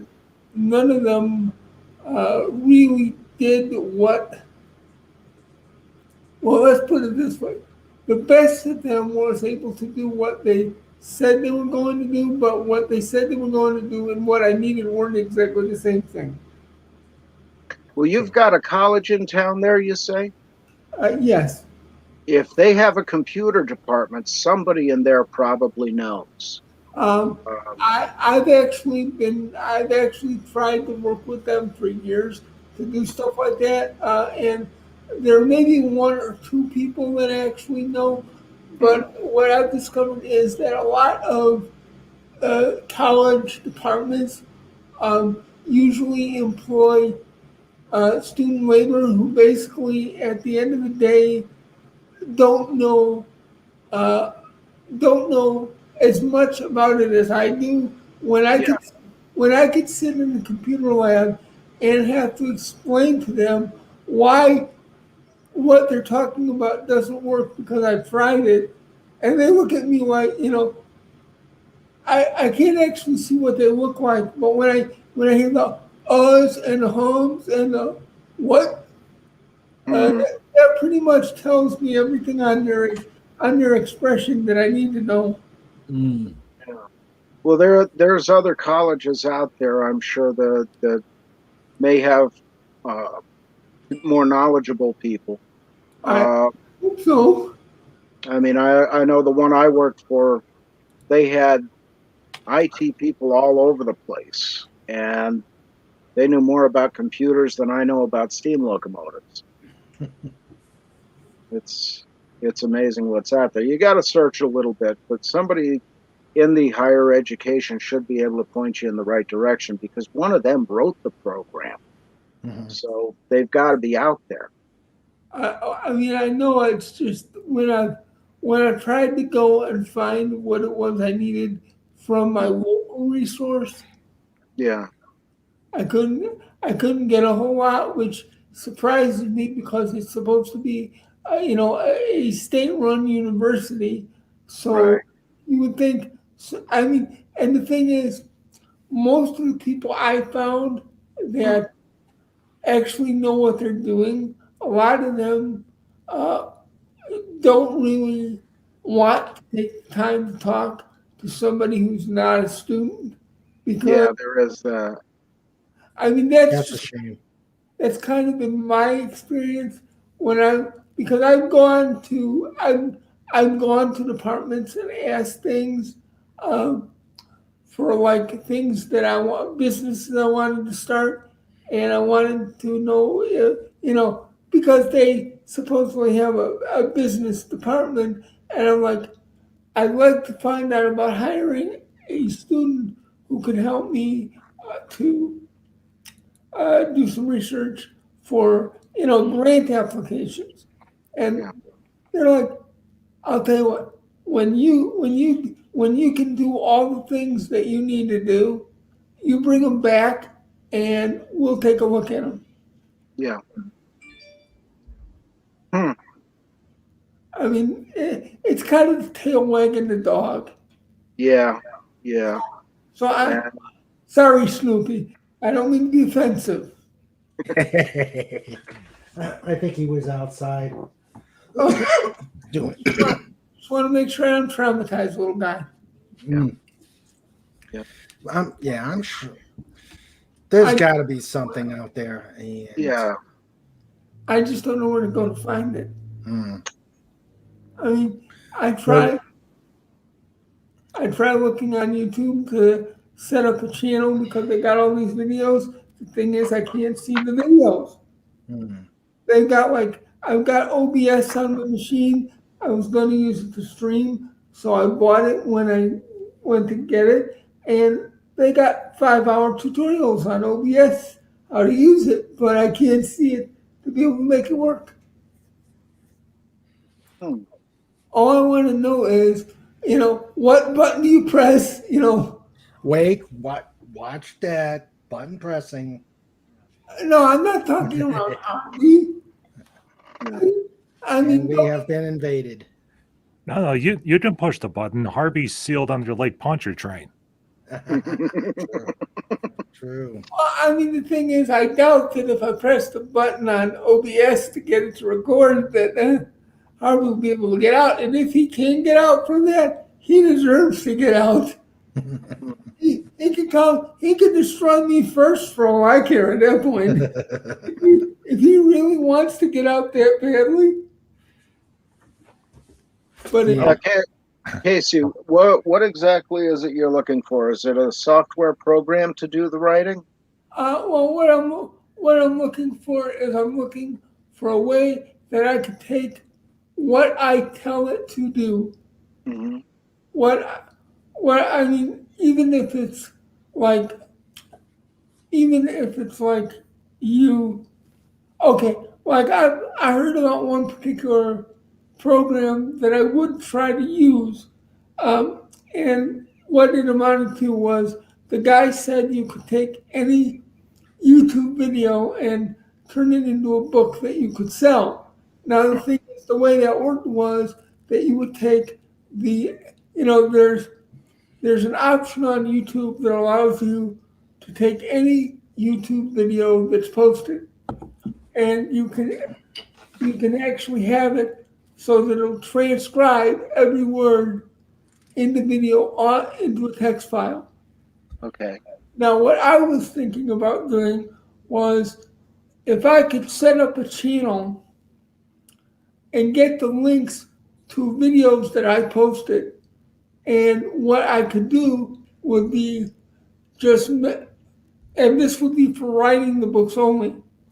Okay, you make a video telling a story once you've got the story all written out. Once you got it all planned out, Right. you've got a video that you tell a story in.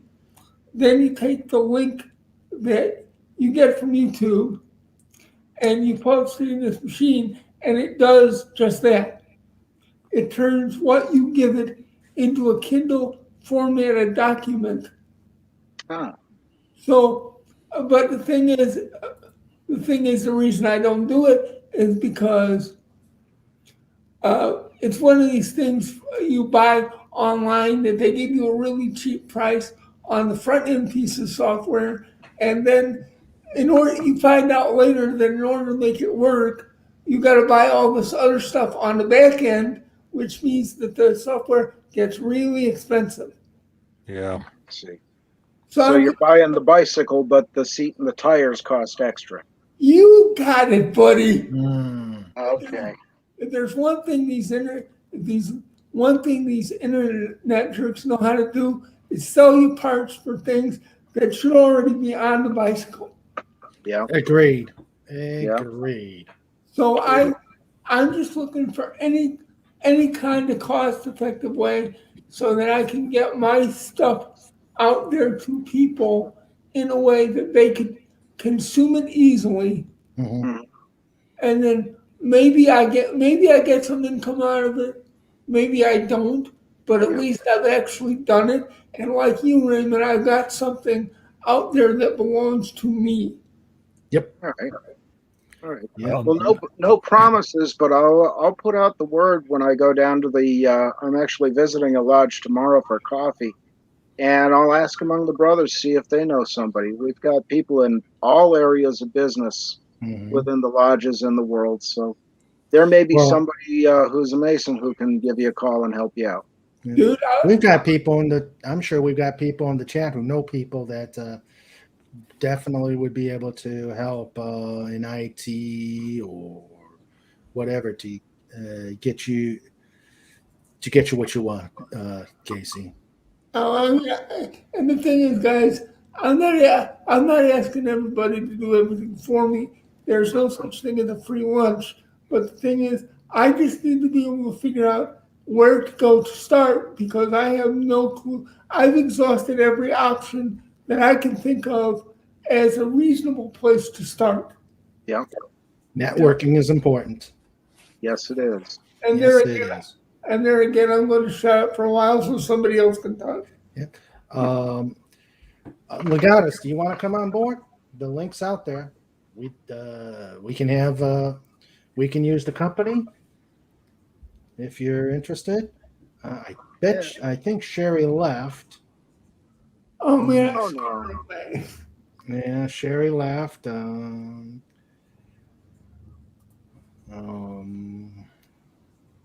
Sandra's doing a good job slamming that bot. Only one tonight. That's good.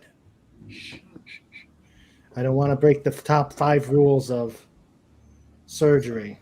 Okay. That's fine. You can just interact via the chat.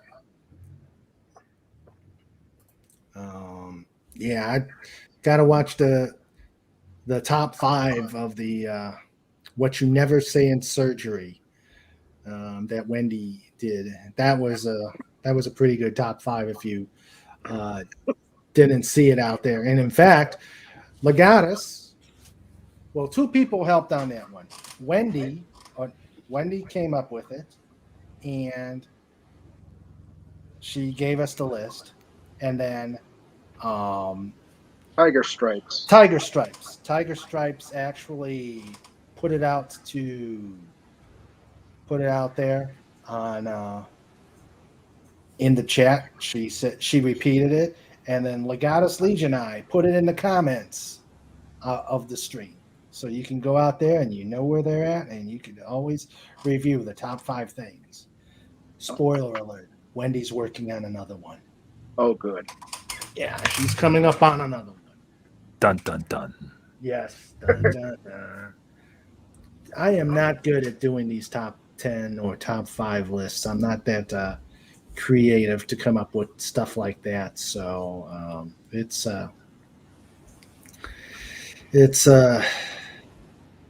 I know they are fun, but it's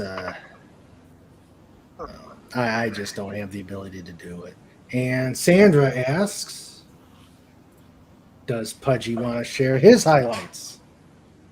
Of course, he'd have to translate through Cobalt. Pudgy is asking, what do you mean by highlights? Pudgy is asking, what does he mean by highlights? Okay, Sandra, care to explain on the care to type it out there as to elaborate for said hedgehog? Okay, while she's doing it, And now a word from our sponsor. now a word from our sponsor. Yes. Boy. This show is brought to you by King Dolphin Television. Yes, actually, this show is King Dolphin TV, brought to you by Charlie Tuna, dolphin-free tuna. Oh, okay. Sandra asks to Pudgy, what has been the most fun activities this year, and what are the most favorite desserts? Yeah. Favorite desserts. Let's see. Well, in terms of Pudgy's favorite desserts, the main problem is that there are no stores, so there's no more commercially prepared cookies. There's no more candies or any of the wonderful refined sugar things now that the humans are all gone. So now you have to do natural things. So he really likes making honey biscuits, but then that's the next problem. So he has to go through the forest, down the 3 waterfalls, around the bend. Instead of making the right to go to Mr. Bear's house, he goes a little bit further down, and then he finds a big tree where there's all these buzzy bees. Mm-hmm. And the buzzy bees are always very mad. And he has to negotiate with the buzzy bees, and they will let him take out a small amount of honey from the hive. But in the process, they also, every single buzzy bee sits on his quills. So he'll be this big black mass of fuzzy wings the entire time he's collecting. And then after they all go away, then he carefully has to carry the honeycomb back up to the underground house, process the honey, and then he can actually bake the honey biscuit. So what used to be, Cobalt, we need to go to the store,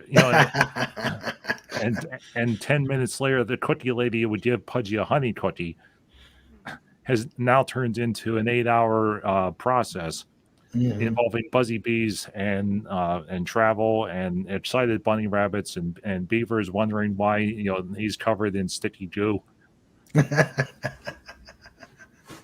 Delicious sticky goo.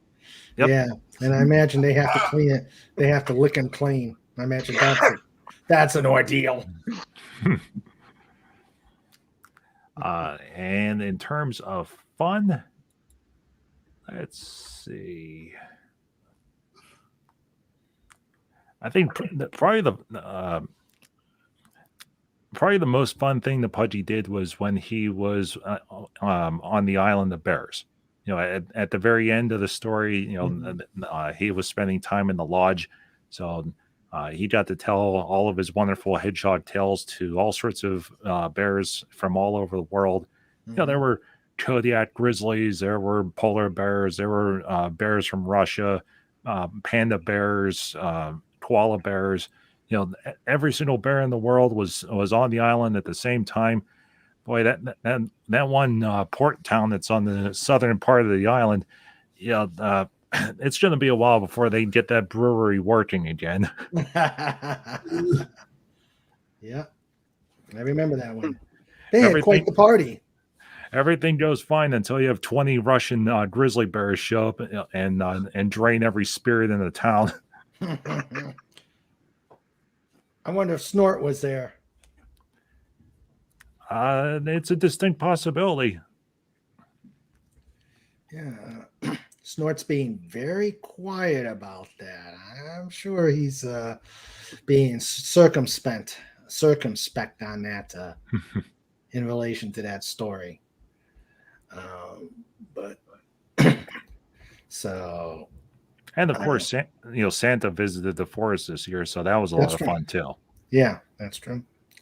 Hopefully not his last visit, but who knows what's going to happen with the rest of what's going on.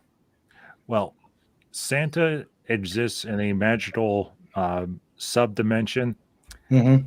There is a connection point to this world that's currently in Canada, Nova Scotia. So that's about where Pudgy found the gateway to Santa's lands.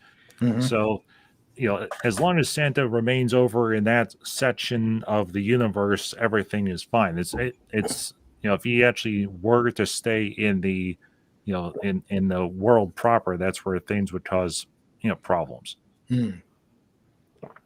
Yeah, that wouldn't be good.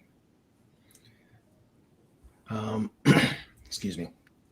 Sinuses. This weather is just bizarre. Ain't that the truth? Mm-hmm.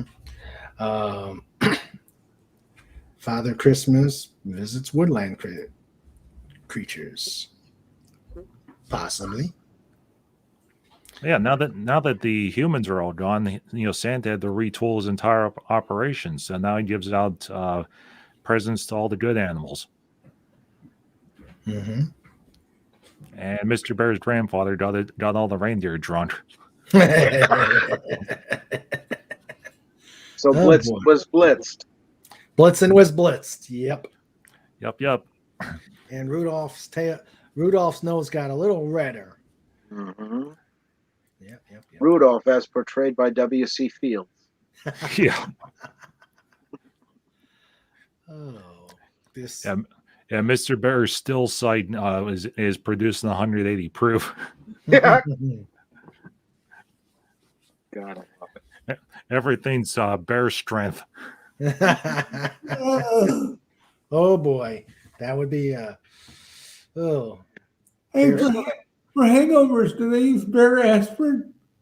Oh, Thank you for saving me from doing that one myself. Glad to help. Awesome. Oh, that was good. Casey's got the next entry in the joke competition for Friday. Oh no, I don't want to see Harvey eviscerating. I'll let him do that to Jill. Hey, it could be worse. Could be one of my jokes. If you want to hear just how corny I can get, I can go there. But the thing is, I don't think you've got enough room in your house for all the corn I can spew. Well, we can always pop it. Put it in the microwave and pop it. That's true. Since I can't go to movies anymore, I might as well give it to somebody to use. Snort. Bear puns, really? You had to go there. Unbearable. Sorry, Snort. Awesome. Oh, yes, definitely. I just get my paws around something, and I got to keep going until I dig it out. True. Well, guys, we've been going again. This is Oh wow. 2 hours. It doesn't even feel like it. It feels like Good. Just feels flies like by. we just started, and means we've been having a great time. Yep. So, but I guess no one else has any. No one else is out there that wants to come on in. I'll let's go. I know I didn't want us to do this, but why don't we go around and put our, if we were to do New Year's resolutions for pop culture, for our pop culture icons, pick one and we'll go around the panel and say what would we resolve that our favorite IP or pop culture icon do for 2022. And we'll start from the reverse end and go with Fez for Hire. Well, I would And- say it would And be chat handsome. before we get going. Chat if you've got resolutions as well, bring them, put them in there, and we'll share with everybody. Well, I would start with Han Solo, and the resolution would be to stop getting killed. No, Nice. I mean, every movie he's been in since that has been, he gets killed in, whatever form he's in. Mm, And it's like, stop killing Han Solo. mhm. He's, the guy, Harrison Ford, is doing that enough himself with crashing his airplanes all the time. Mhm. So, Or parking or landing in taxiways. Yeah. Which brings up an interesting question. Why do we drive on a parkway and park in a driveway? It's Pennsylvania state law.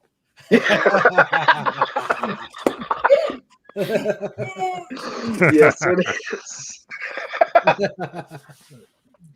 Gotta love it.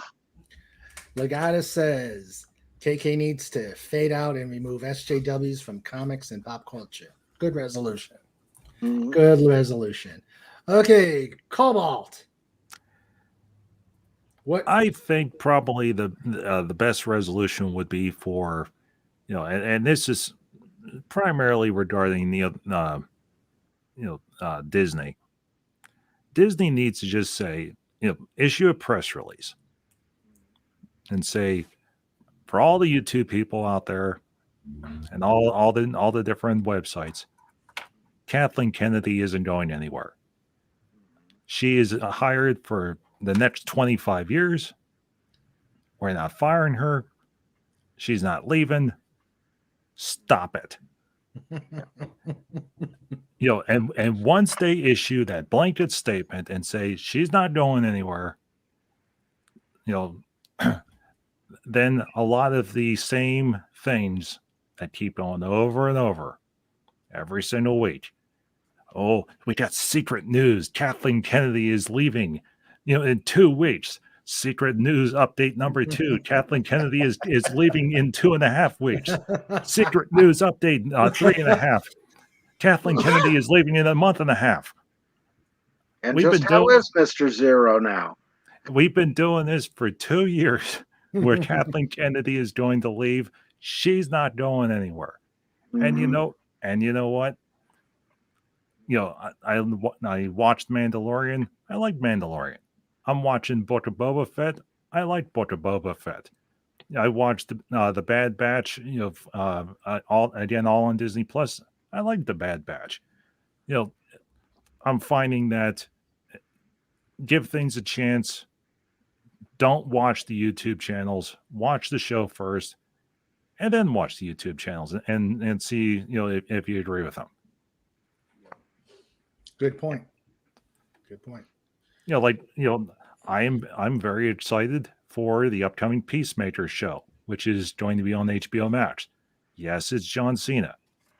Yes, John Cena has baggage involved with him, for a variety of things. But it's, I like the character from the Suicide Squad, which is a movie I liked also. I made a point to watch the movie first before watching the YouTube channels. Yeah, I mean, for me, that's all I got because, me and television haven't gotten along in years. But the streaming I can't afford. Yeah. No, I know what you're saying, though. I see a lot of the same videos. And, my Mike Zero is one of those who he'll come up with something. Maybe it's right, maybe it's wrong. But then he says it and says it again and again and again and again and again and again. Yeah, and then it gets picked up by 20 other YouTube channels, all doing their version of the thing. Yeah, and there's a bunch like that. But he's got the most interesting outro music, though. So there's that. I like Snort's. I like Snortapoopus's one, and we know your paws. We know your paws are big, but we know what you mean. Alec Baldwin should resolve to take a gun safety class. Well said, Snort. He may have to do that by correspondence school. That's true. What I know, we all know it here. What is the first rule of gun safety? Treat every gun as if it's loaded. Exactly. Every gun is loaded. You don't point it at someone else. Dingleberry. Yeah. I mean, it's basic. And yeah. Good one, Snort. Casey, what resolution do you have for a pipe? Okay. And it can't involve 50 Shades of Pudgy. All right. No 50 Shades of Pudgy, okay? All right, now, okay. I am going to say this straight out the top. With respect to Fez a minute ago, I think that if Disney really, really wants to save Star Wars, what they have to do is they have to just turn the whole thing back over to George. Because honestly, I don't think that they know what they're doing with most of the IP that they purchase, which is their biggest problem. The only reason that Star Wars is even doing as well as it is because they actually got a hold of some people that know a little bit about it. But honestly, and I say this with no disrespect, I watched the entire first season of Mando twice because people told me how good it was. And honestly, for most of it, I was bored to death. I have no interest in, at this point, seeing anything related to Star Wars any further because of the way I feel like Disney botched it. So honestly, I think the best thing they could do is just get out of the Star Wars business. Let people that know what they're doing actually take it over. If they want to make a deal where Disney distributes it at the end of the day, maybe that works. But I can't even watch any kind of Star Wars now because every time I do, even fan films, and I love some of the fan films because they're more creative than the Disney stuff. But every time I watch them, all I can think about is this isn't Star Wars anymore. It's Disney Star Wars now. Yeah. So true. Well, that's another reason I'm glad I have that VCR is I have one of the original home videos of the original unmessed with Star Wars. Yeah, I had them back in the day, and I wish I had like either a Blu-ray player or something. The reason I don't have any kind of actual electronic stuff in my house anymore is I live in a public housing project, and I discovered that the more stuff you have, the more of a target you are to get ripped off. I've literally had people, when I went to the store to buy some groceries and get some food, and I was gone for half an hour, and people literally came in, ransacked my entire house, took took all my DVDs, my surround sound, everything, and you know it's bad It's when awful. people will actually take your stuff out of your house, Mhm. figure it's not even worth hawking. So 3 or 4 days later, you find all your stuff in one of the dumpsters back behind one of the buildings. I couldn't use any of it because I had to pull lettuce out of my Blu-ray player. Oh my God. Yeah, all my discs were trashed. There were cockroaches inside the disc cases. I mean, it was like I'm not I'm That's not terrible. I'm not having any of this stuff anymore in my house, and people are just going to rip me off. Now Ex- I'm going to get out of here so that the rest of y'all can talk. But that's my resolution. Great. Thank you, Casey. Jill, All right. anti-derivative Jill, Hey, welcome. hello. Hey. Hi Hi, there. Joe. Better late Yeah, than never. right. Better late than never. Exactly. Hello, Yes. guys. Welcome aboard. Yeah. Awesome to see you. Hey, Yes. great to see you too.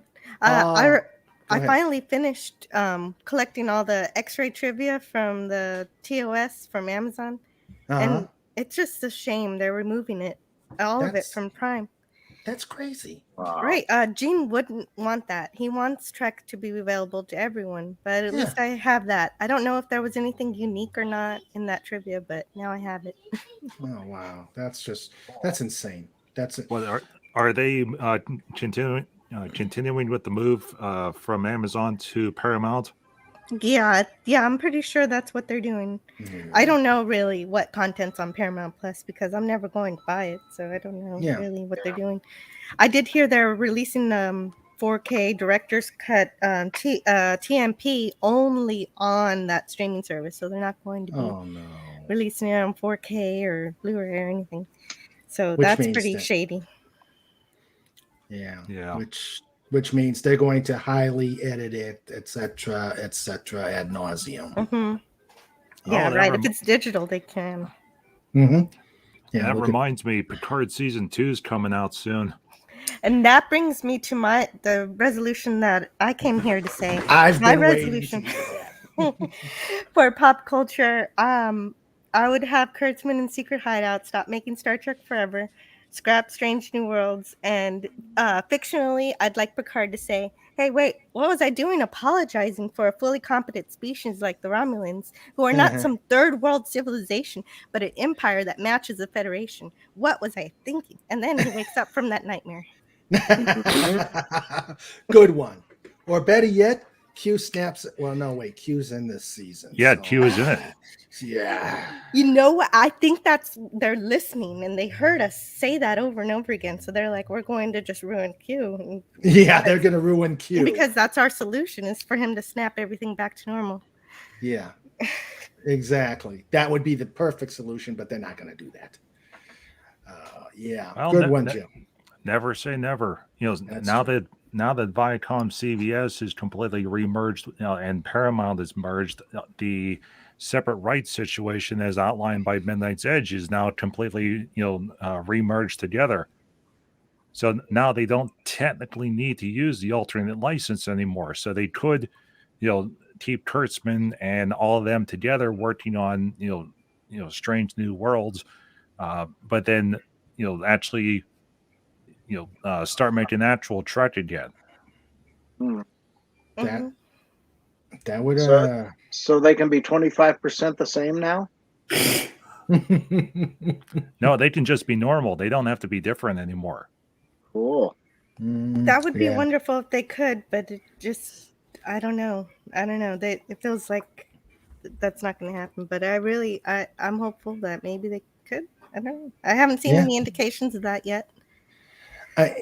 And my resolution is pretty much alongside yours, Jill.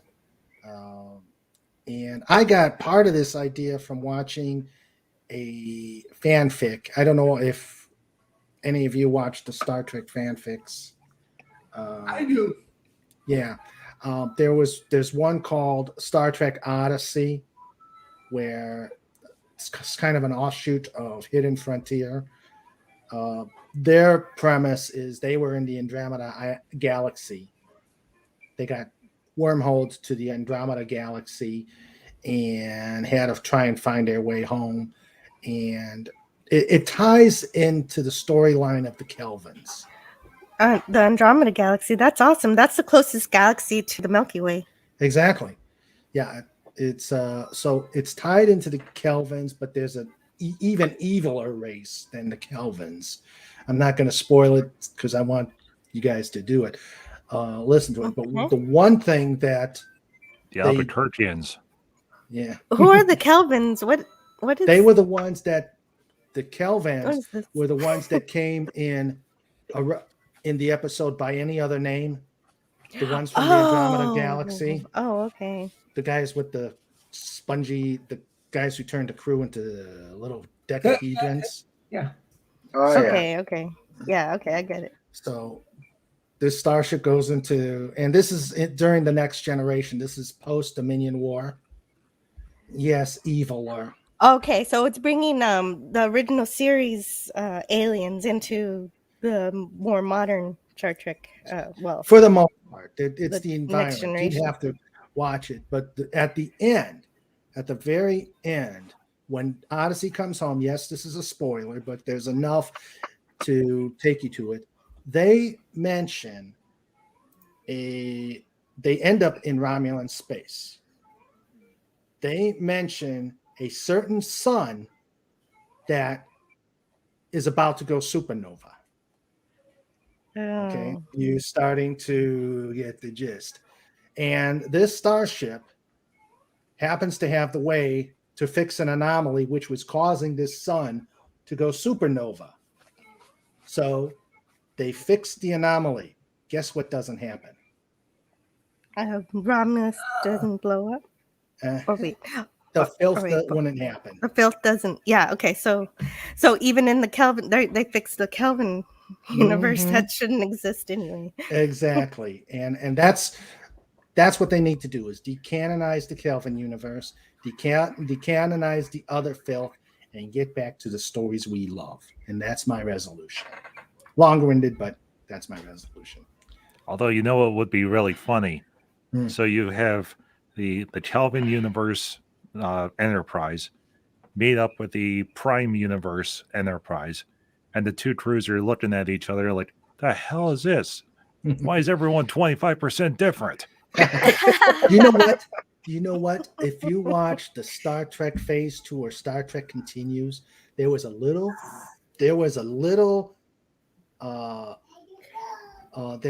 segment. You see the Kelvin Enterprise wandering, and you see this little probe. On the side of the little probe says Acme. And that probe sucks the Enterprise into it, does a belch, and then you see the fanfic characters of the Enterprise saying, we've taken care of things. Go to Star Trek Continues or Star Trek. It's the ones done by Cawley. Check that out. I think that may still be out there on YouTube. That's awesome. I just love how there are so many people who love Star Trek enough to go and try to fix even the things that I just want not to exist at all. Like Snort Poopus says, can't we just go back and keep Jar Jar Abrams and Kurtzman from being born? Do you realize all the paradoxes that would cause? And time travel, evil paradoxes. And while we take a quick break here, welcome Tiger Stripes. Hello, Tiger Stripes. Yeah, Tiger Stripes. If you want to come on board, join this panel, you are most welcome to. Let me know, and I'll send you the link. But Hi, Tiger I like Stripes. that. I like that. We want Picard to Bobby Ewing it. I'd say a unanimous yes. Yep. That would be, or a Q snap. Mm-hmm. That would be great if we can do a Q snap. And I'm not against a mirror universe where we do see the Prime actors in a better universe that Yeah. what could have been, because Mhm. I'm not exactly against those actors. They were actually pretty well cast, especially McCoy. Yeah. Yeah. Although, Um, it would be crazy fun. When I say this, I don't mean like a full 8 to 10 episode series. I'm talking like maybe a 3 or 4 episode series. You know, we go Picard season 2. They do whatever they do. At the very end, Q says, "Ah, man, I screwed this up." Snap, and then it goes to season 3, and then that show, Q says, "Okay, I'm gonna make things 50% different, and we'll see what happens this time." And it screws up even worse. He snaps his fingers. He's like, "Okay, you know what? We're gonna make it 75% different," and just keep doing doing it that way. And by the time he gets to the season where he does 100% different, and Picard is, you know, uh, uh, you know, 4 foot tall talking bunny rabbit, and it's like Q says, "You know what? I'm done." Snaps his fingers, goes right back to a Next Generation episode, and he says, "I don't care. I'm leaving you alone." Yeah, yeah, cut straight back to all good things, and that's where we leave it off. yeah. And then, a voiceover, Captain Picard says, "What the hell was that?" Everyone on the ship had horrible nightmares that were recurring over and over again. Yeah. And Mr. Data makes the comment, "Hey, didn't they turn you into an android?" Yeah. Tiger Stripes, but that resolution only worked for Alice in Wonderland. Every other one is derivative. Shout out to Jill. Yeah. So yeah, I think we have a lot of wishes that we, have for our pop culture icons, and we hope that we can get get these abominations um, rid of. And it's like Doomcock always says, without respect we reject, and we got to do it with our pocketbook. As Yes. as Jill and I say, we're not doing Paramount Plus. Never. Yeah. I might do Paramount Plus. I am one of the very few people that liked Picard season 1. There was one part in that which was absolutely stupid. The part where they decided that they needed to torture that poor guy. I had to throw a blanket over Pudgy. Oh, eat chip. But it's fine as long as you go into that show with the mindset that this is Star Trek in name only. This is a completely different sci-fi series. It's a completely different version of everything. Then it's like, okay, fine. This generic Star Trek type show is okay. I'd have an easier time doing that if they just go ahead and rename it and not call Exactly. it Star True. Trek and not hire Patrick Stewart. Yeah. True. Or Jill, what were your highlights or lowlights with 2021? I hadn't prepared that because I thought it was okay from that since I missed that segment. So Okay.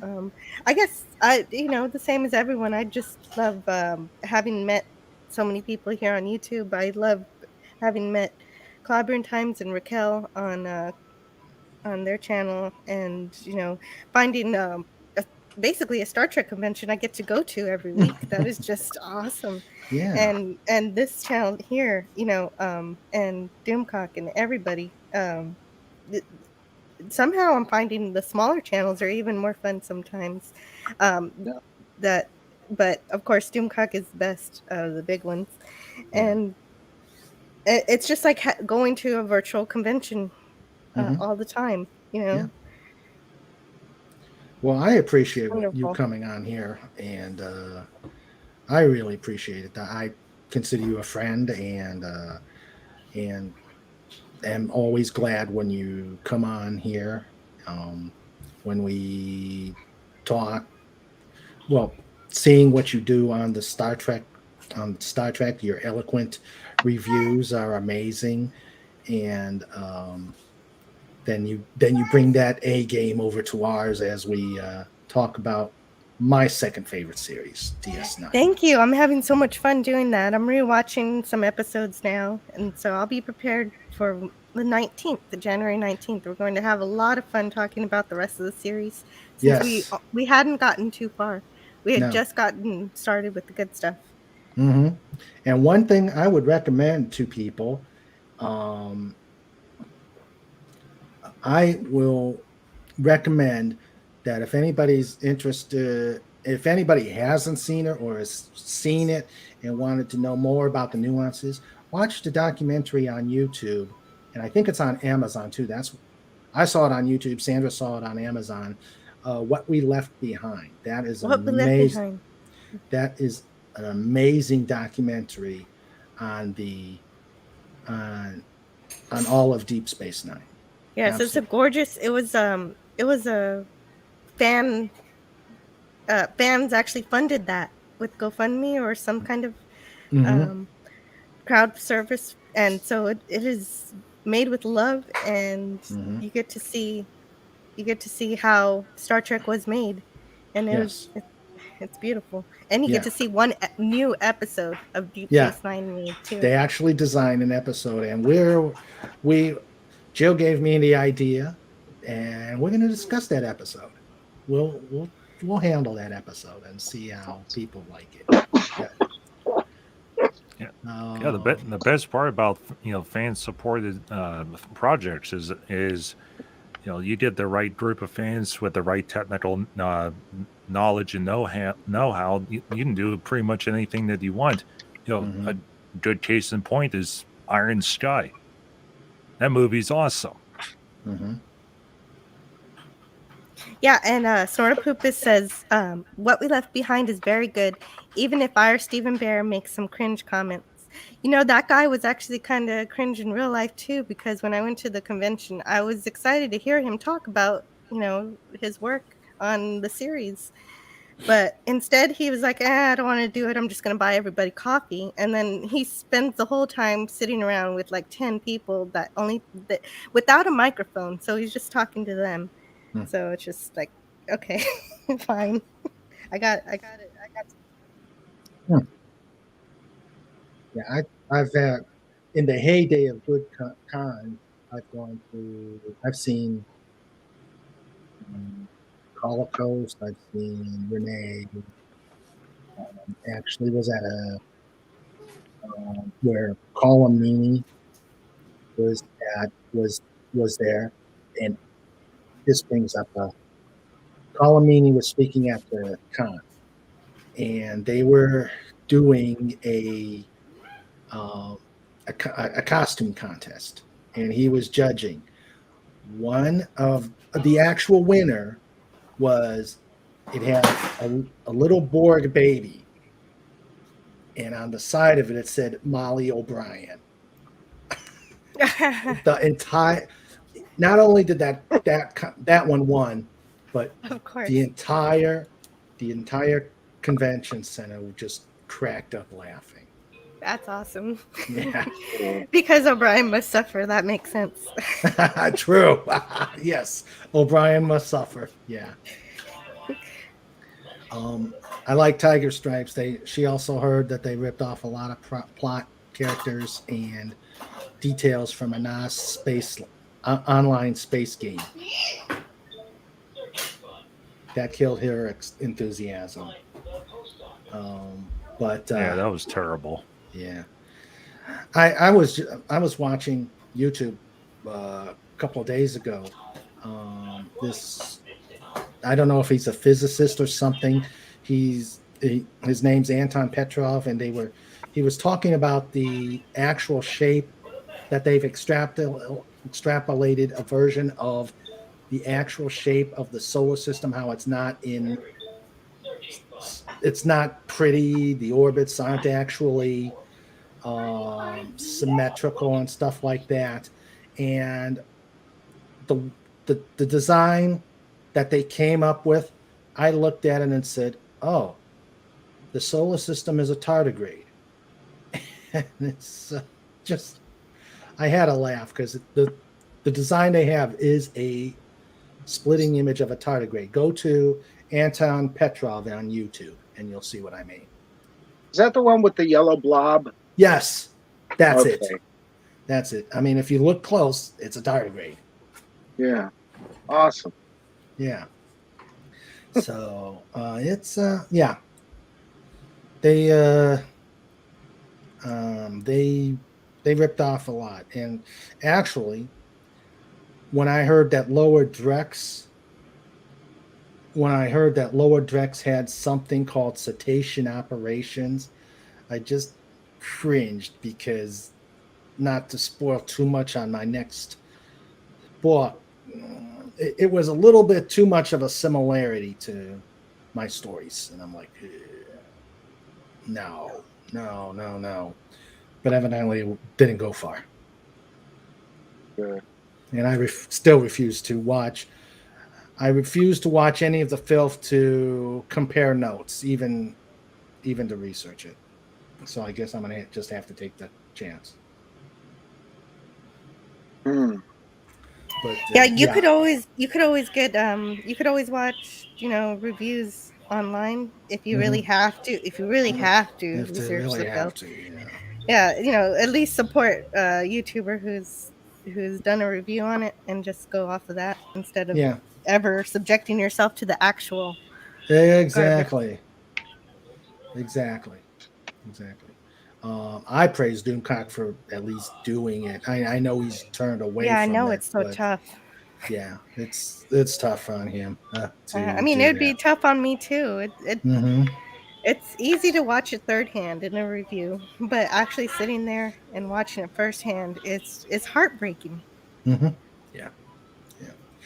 Well, it's like I was dumb enough to get the first season of Disgracery, and we watched it, and good. Sandra and I watched it. We looked at it, and I said, "Why did I spend this money?" It's Pudgy and I made it to episode 3, and when he started climbing the ceiling fan and said, turn it on, and whip me back to the forest. I'm like, no, I'm not using the ceiling fan to throw you into the forest. That is not safe for hedgehog behavior. Ceiling fans are not toys. Yeah. Yeah, and Sandra told you not to as well. But Yes. I'm glad she's keeping you safe. Yes, got to keep Pudgy safe. Got to keep Pudgy safe. So, well, guys, this has been fantastic. I hope everybody has enjoyed the stream tonight, and I know everybody's probably still got things to do. Maybe watch other streams or spend time with people. I'd like to thank all of you guys, Casey, John, Jill, Cobalt, and the kitty mask. I see you. You're welcome. Yes, thank you all for coming. Yeah, the kitty. Thank you for inviting it. Oh, glad to. It's a lot of fun. Yes. I hope you guys like the drumming. I'm gonna still keep doing that. Yeah. I got a couple of I've got another gig. I got another couple gigs and a couple of recitals that I'll be putting out there. Just, I'm just the guy with the drum. And excuse me. I'm going to go over some show notes to let you know what's coming up in January. January is booked. Wait, my producer, give me a second here.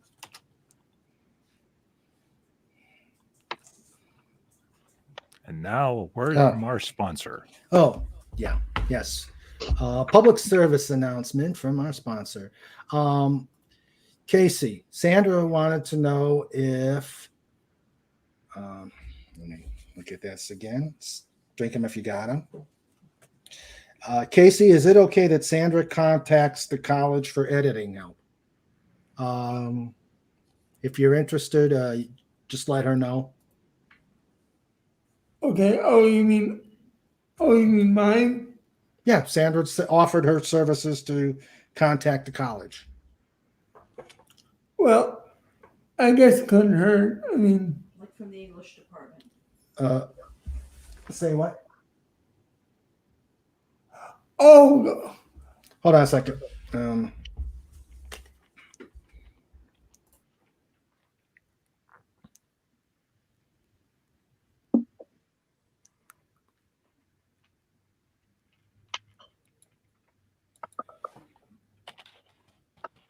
Yeah, she'd contact the English department for you to help with editing. maybe that's not a bad idea. I want to also look into a few things myself. I Okay. guess it couldn't hurt. Okay. Why don't you reach out to Sandra, get her contact information, and she'd be glad to help you. Thank you, Sandra. Yes, Sandra's amazing. Hail, Sandra. Hail, Sandra. Wonderful to take the initiative like that. Yeah. And she can cook too. Yeah, they're baking. Yes. I appreciate it, dear. Thank you. So this January is pretty full. This coming Wednesday, I'm gonna have KR Companion. We're gonna talk about his book, The Knight Rider Companion, abridged version. For those that are interested in Knight Rider. On the 8th, we're going to have Andy Masterson come on, show us some of his wares. On the 12th, I'm still waiting on confirmation. We're going to have Clobbering Times and Raquel Bridge. We're going to talk Fantastic Four. To me, Fantastic Four is one of the 2 best comics out there. And the next is the Legion. But the Fantastic Four, the first family, we're going to have a discussion on that. Jill comes back on the 19th. We will continue our exploration of Tarek Noor. On the 22nd, we'll have a Just Cause with a panel with Baron Orman Tag, Fet for Hire, and Fez for Hire. Dun, dun, dun. We're going to have, and probably other guests of thousands. We're on the 26th. PJ from Orville Nation will be coming out. We will talk Orville, which means I got to get caught up on Orville. Yes, you do.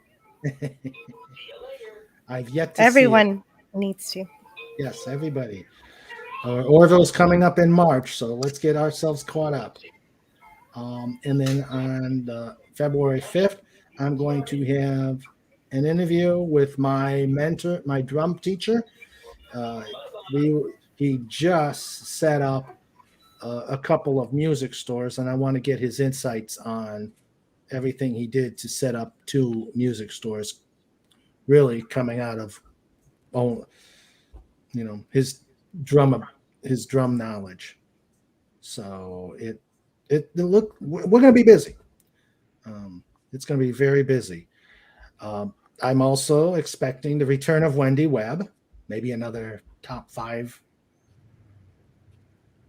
Maybe another top 5. Thank you, Tiger Stripes, for compiling that top 5. Legatus Legion, I actually put it out as a comment on that stream. So, and as I said, Wendy's starting to compile another one, which will be fun. So, everybody, I am so glad. I'd like to thank you, the wonderful members of this panel. Thank you for taking the invitation. John, Casey, Jill, and Cobalt. And I know Pudgy's wandering. I think he's still on Sandra's lap with the blankie.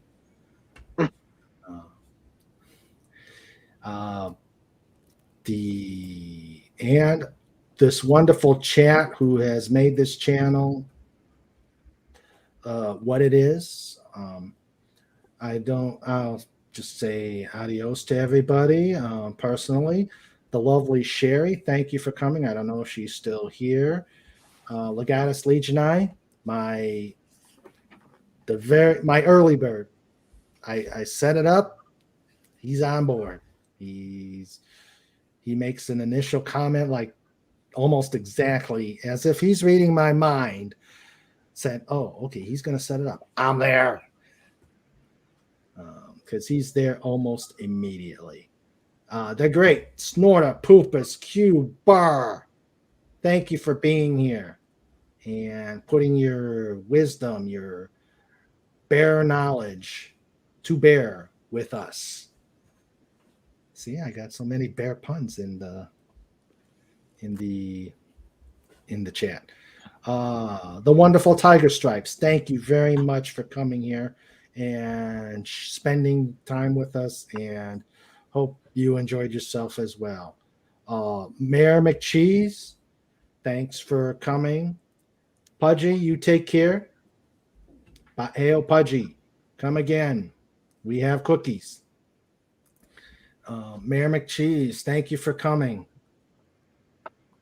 Zax, I know Zax came for a little bit, and thank you for coming. And I think that is everybody. If I have not said goodbye to you, please throw something at me and I'd be happy to say goodnight.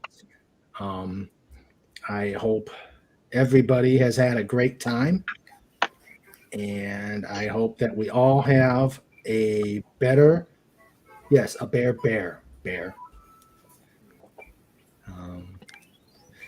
And I hope everybody has a wonderful 2022. Anything's got to be better than these last 2 years. No kidding. Yes. Yeah. Happy New Year. Happy New Year to all. Safe Happy New Year to New all. Year. Happy New Year. We should have had pop-ups. We should have had pop-ups. Oh, tell Ava Happy New Year. Happy New Year. Yeah. Here, Ava, I got something for you. Yeah.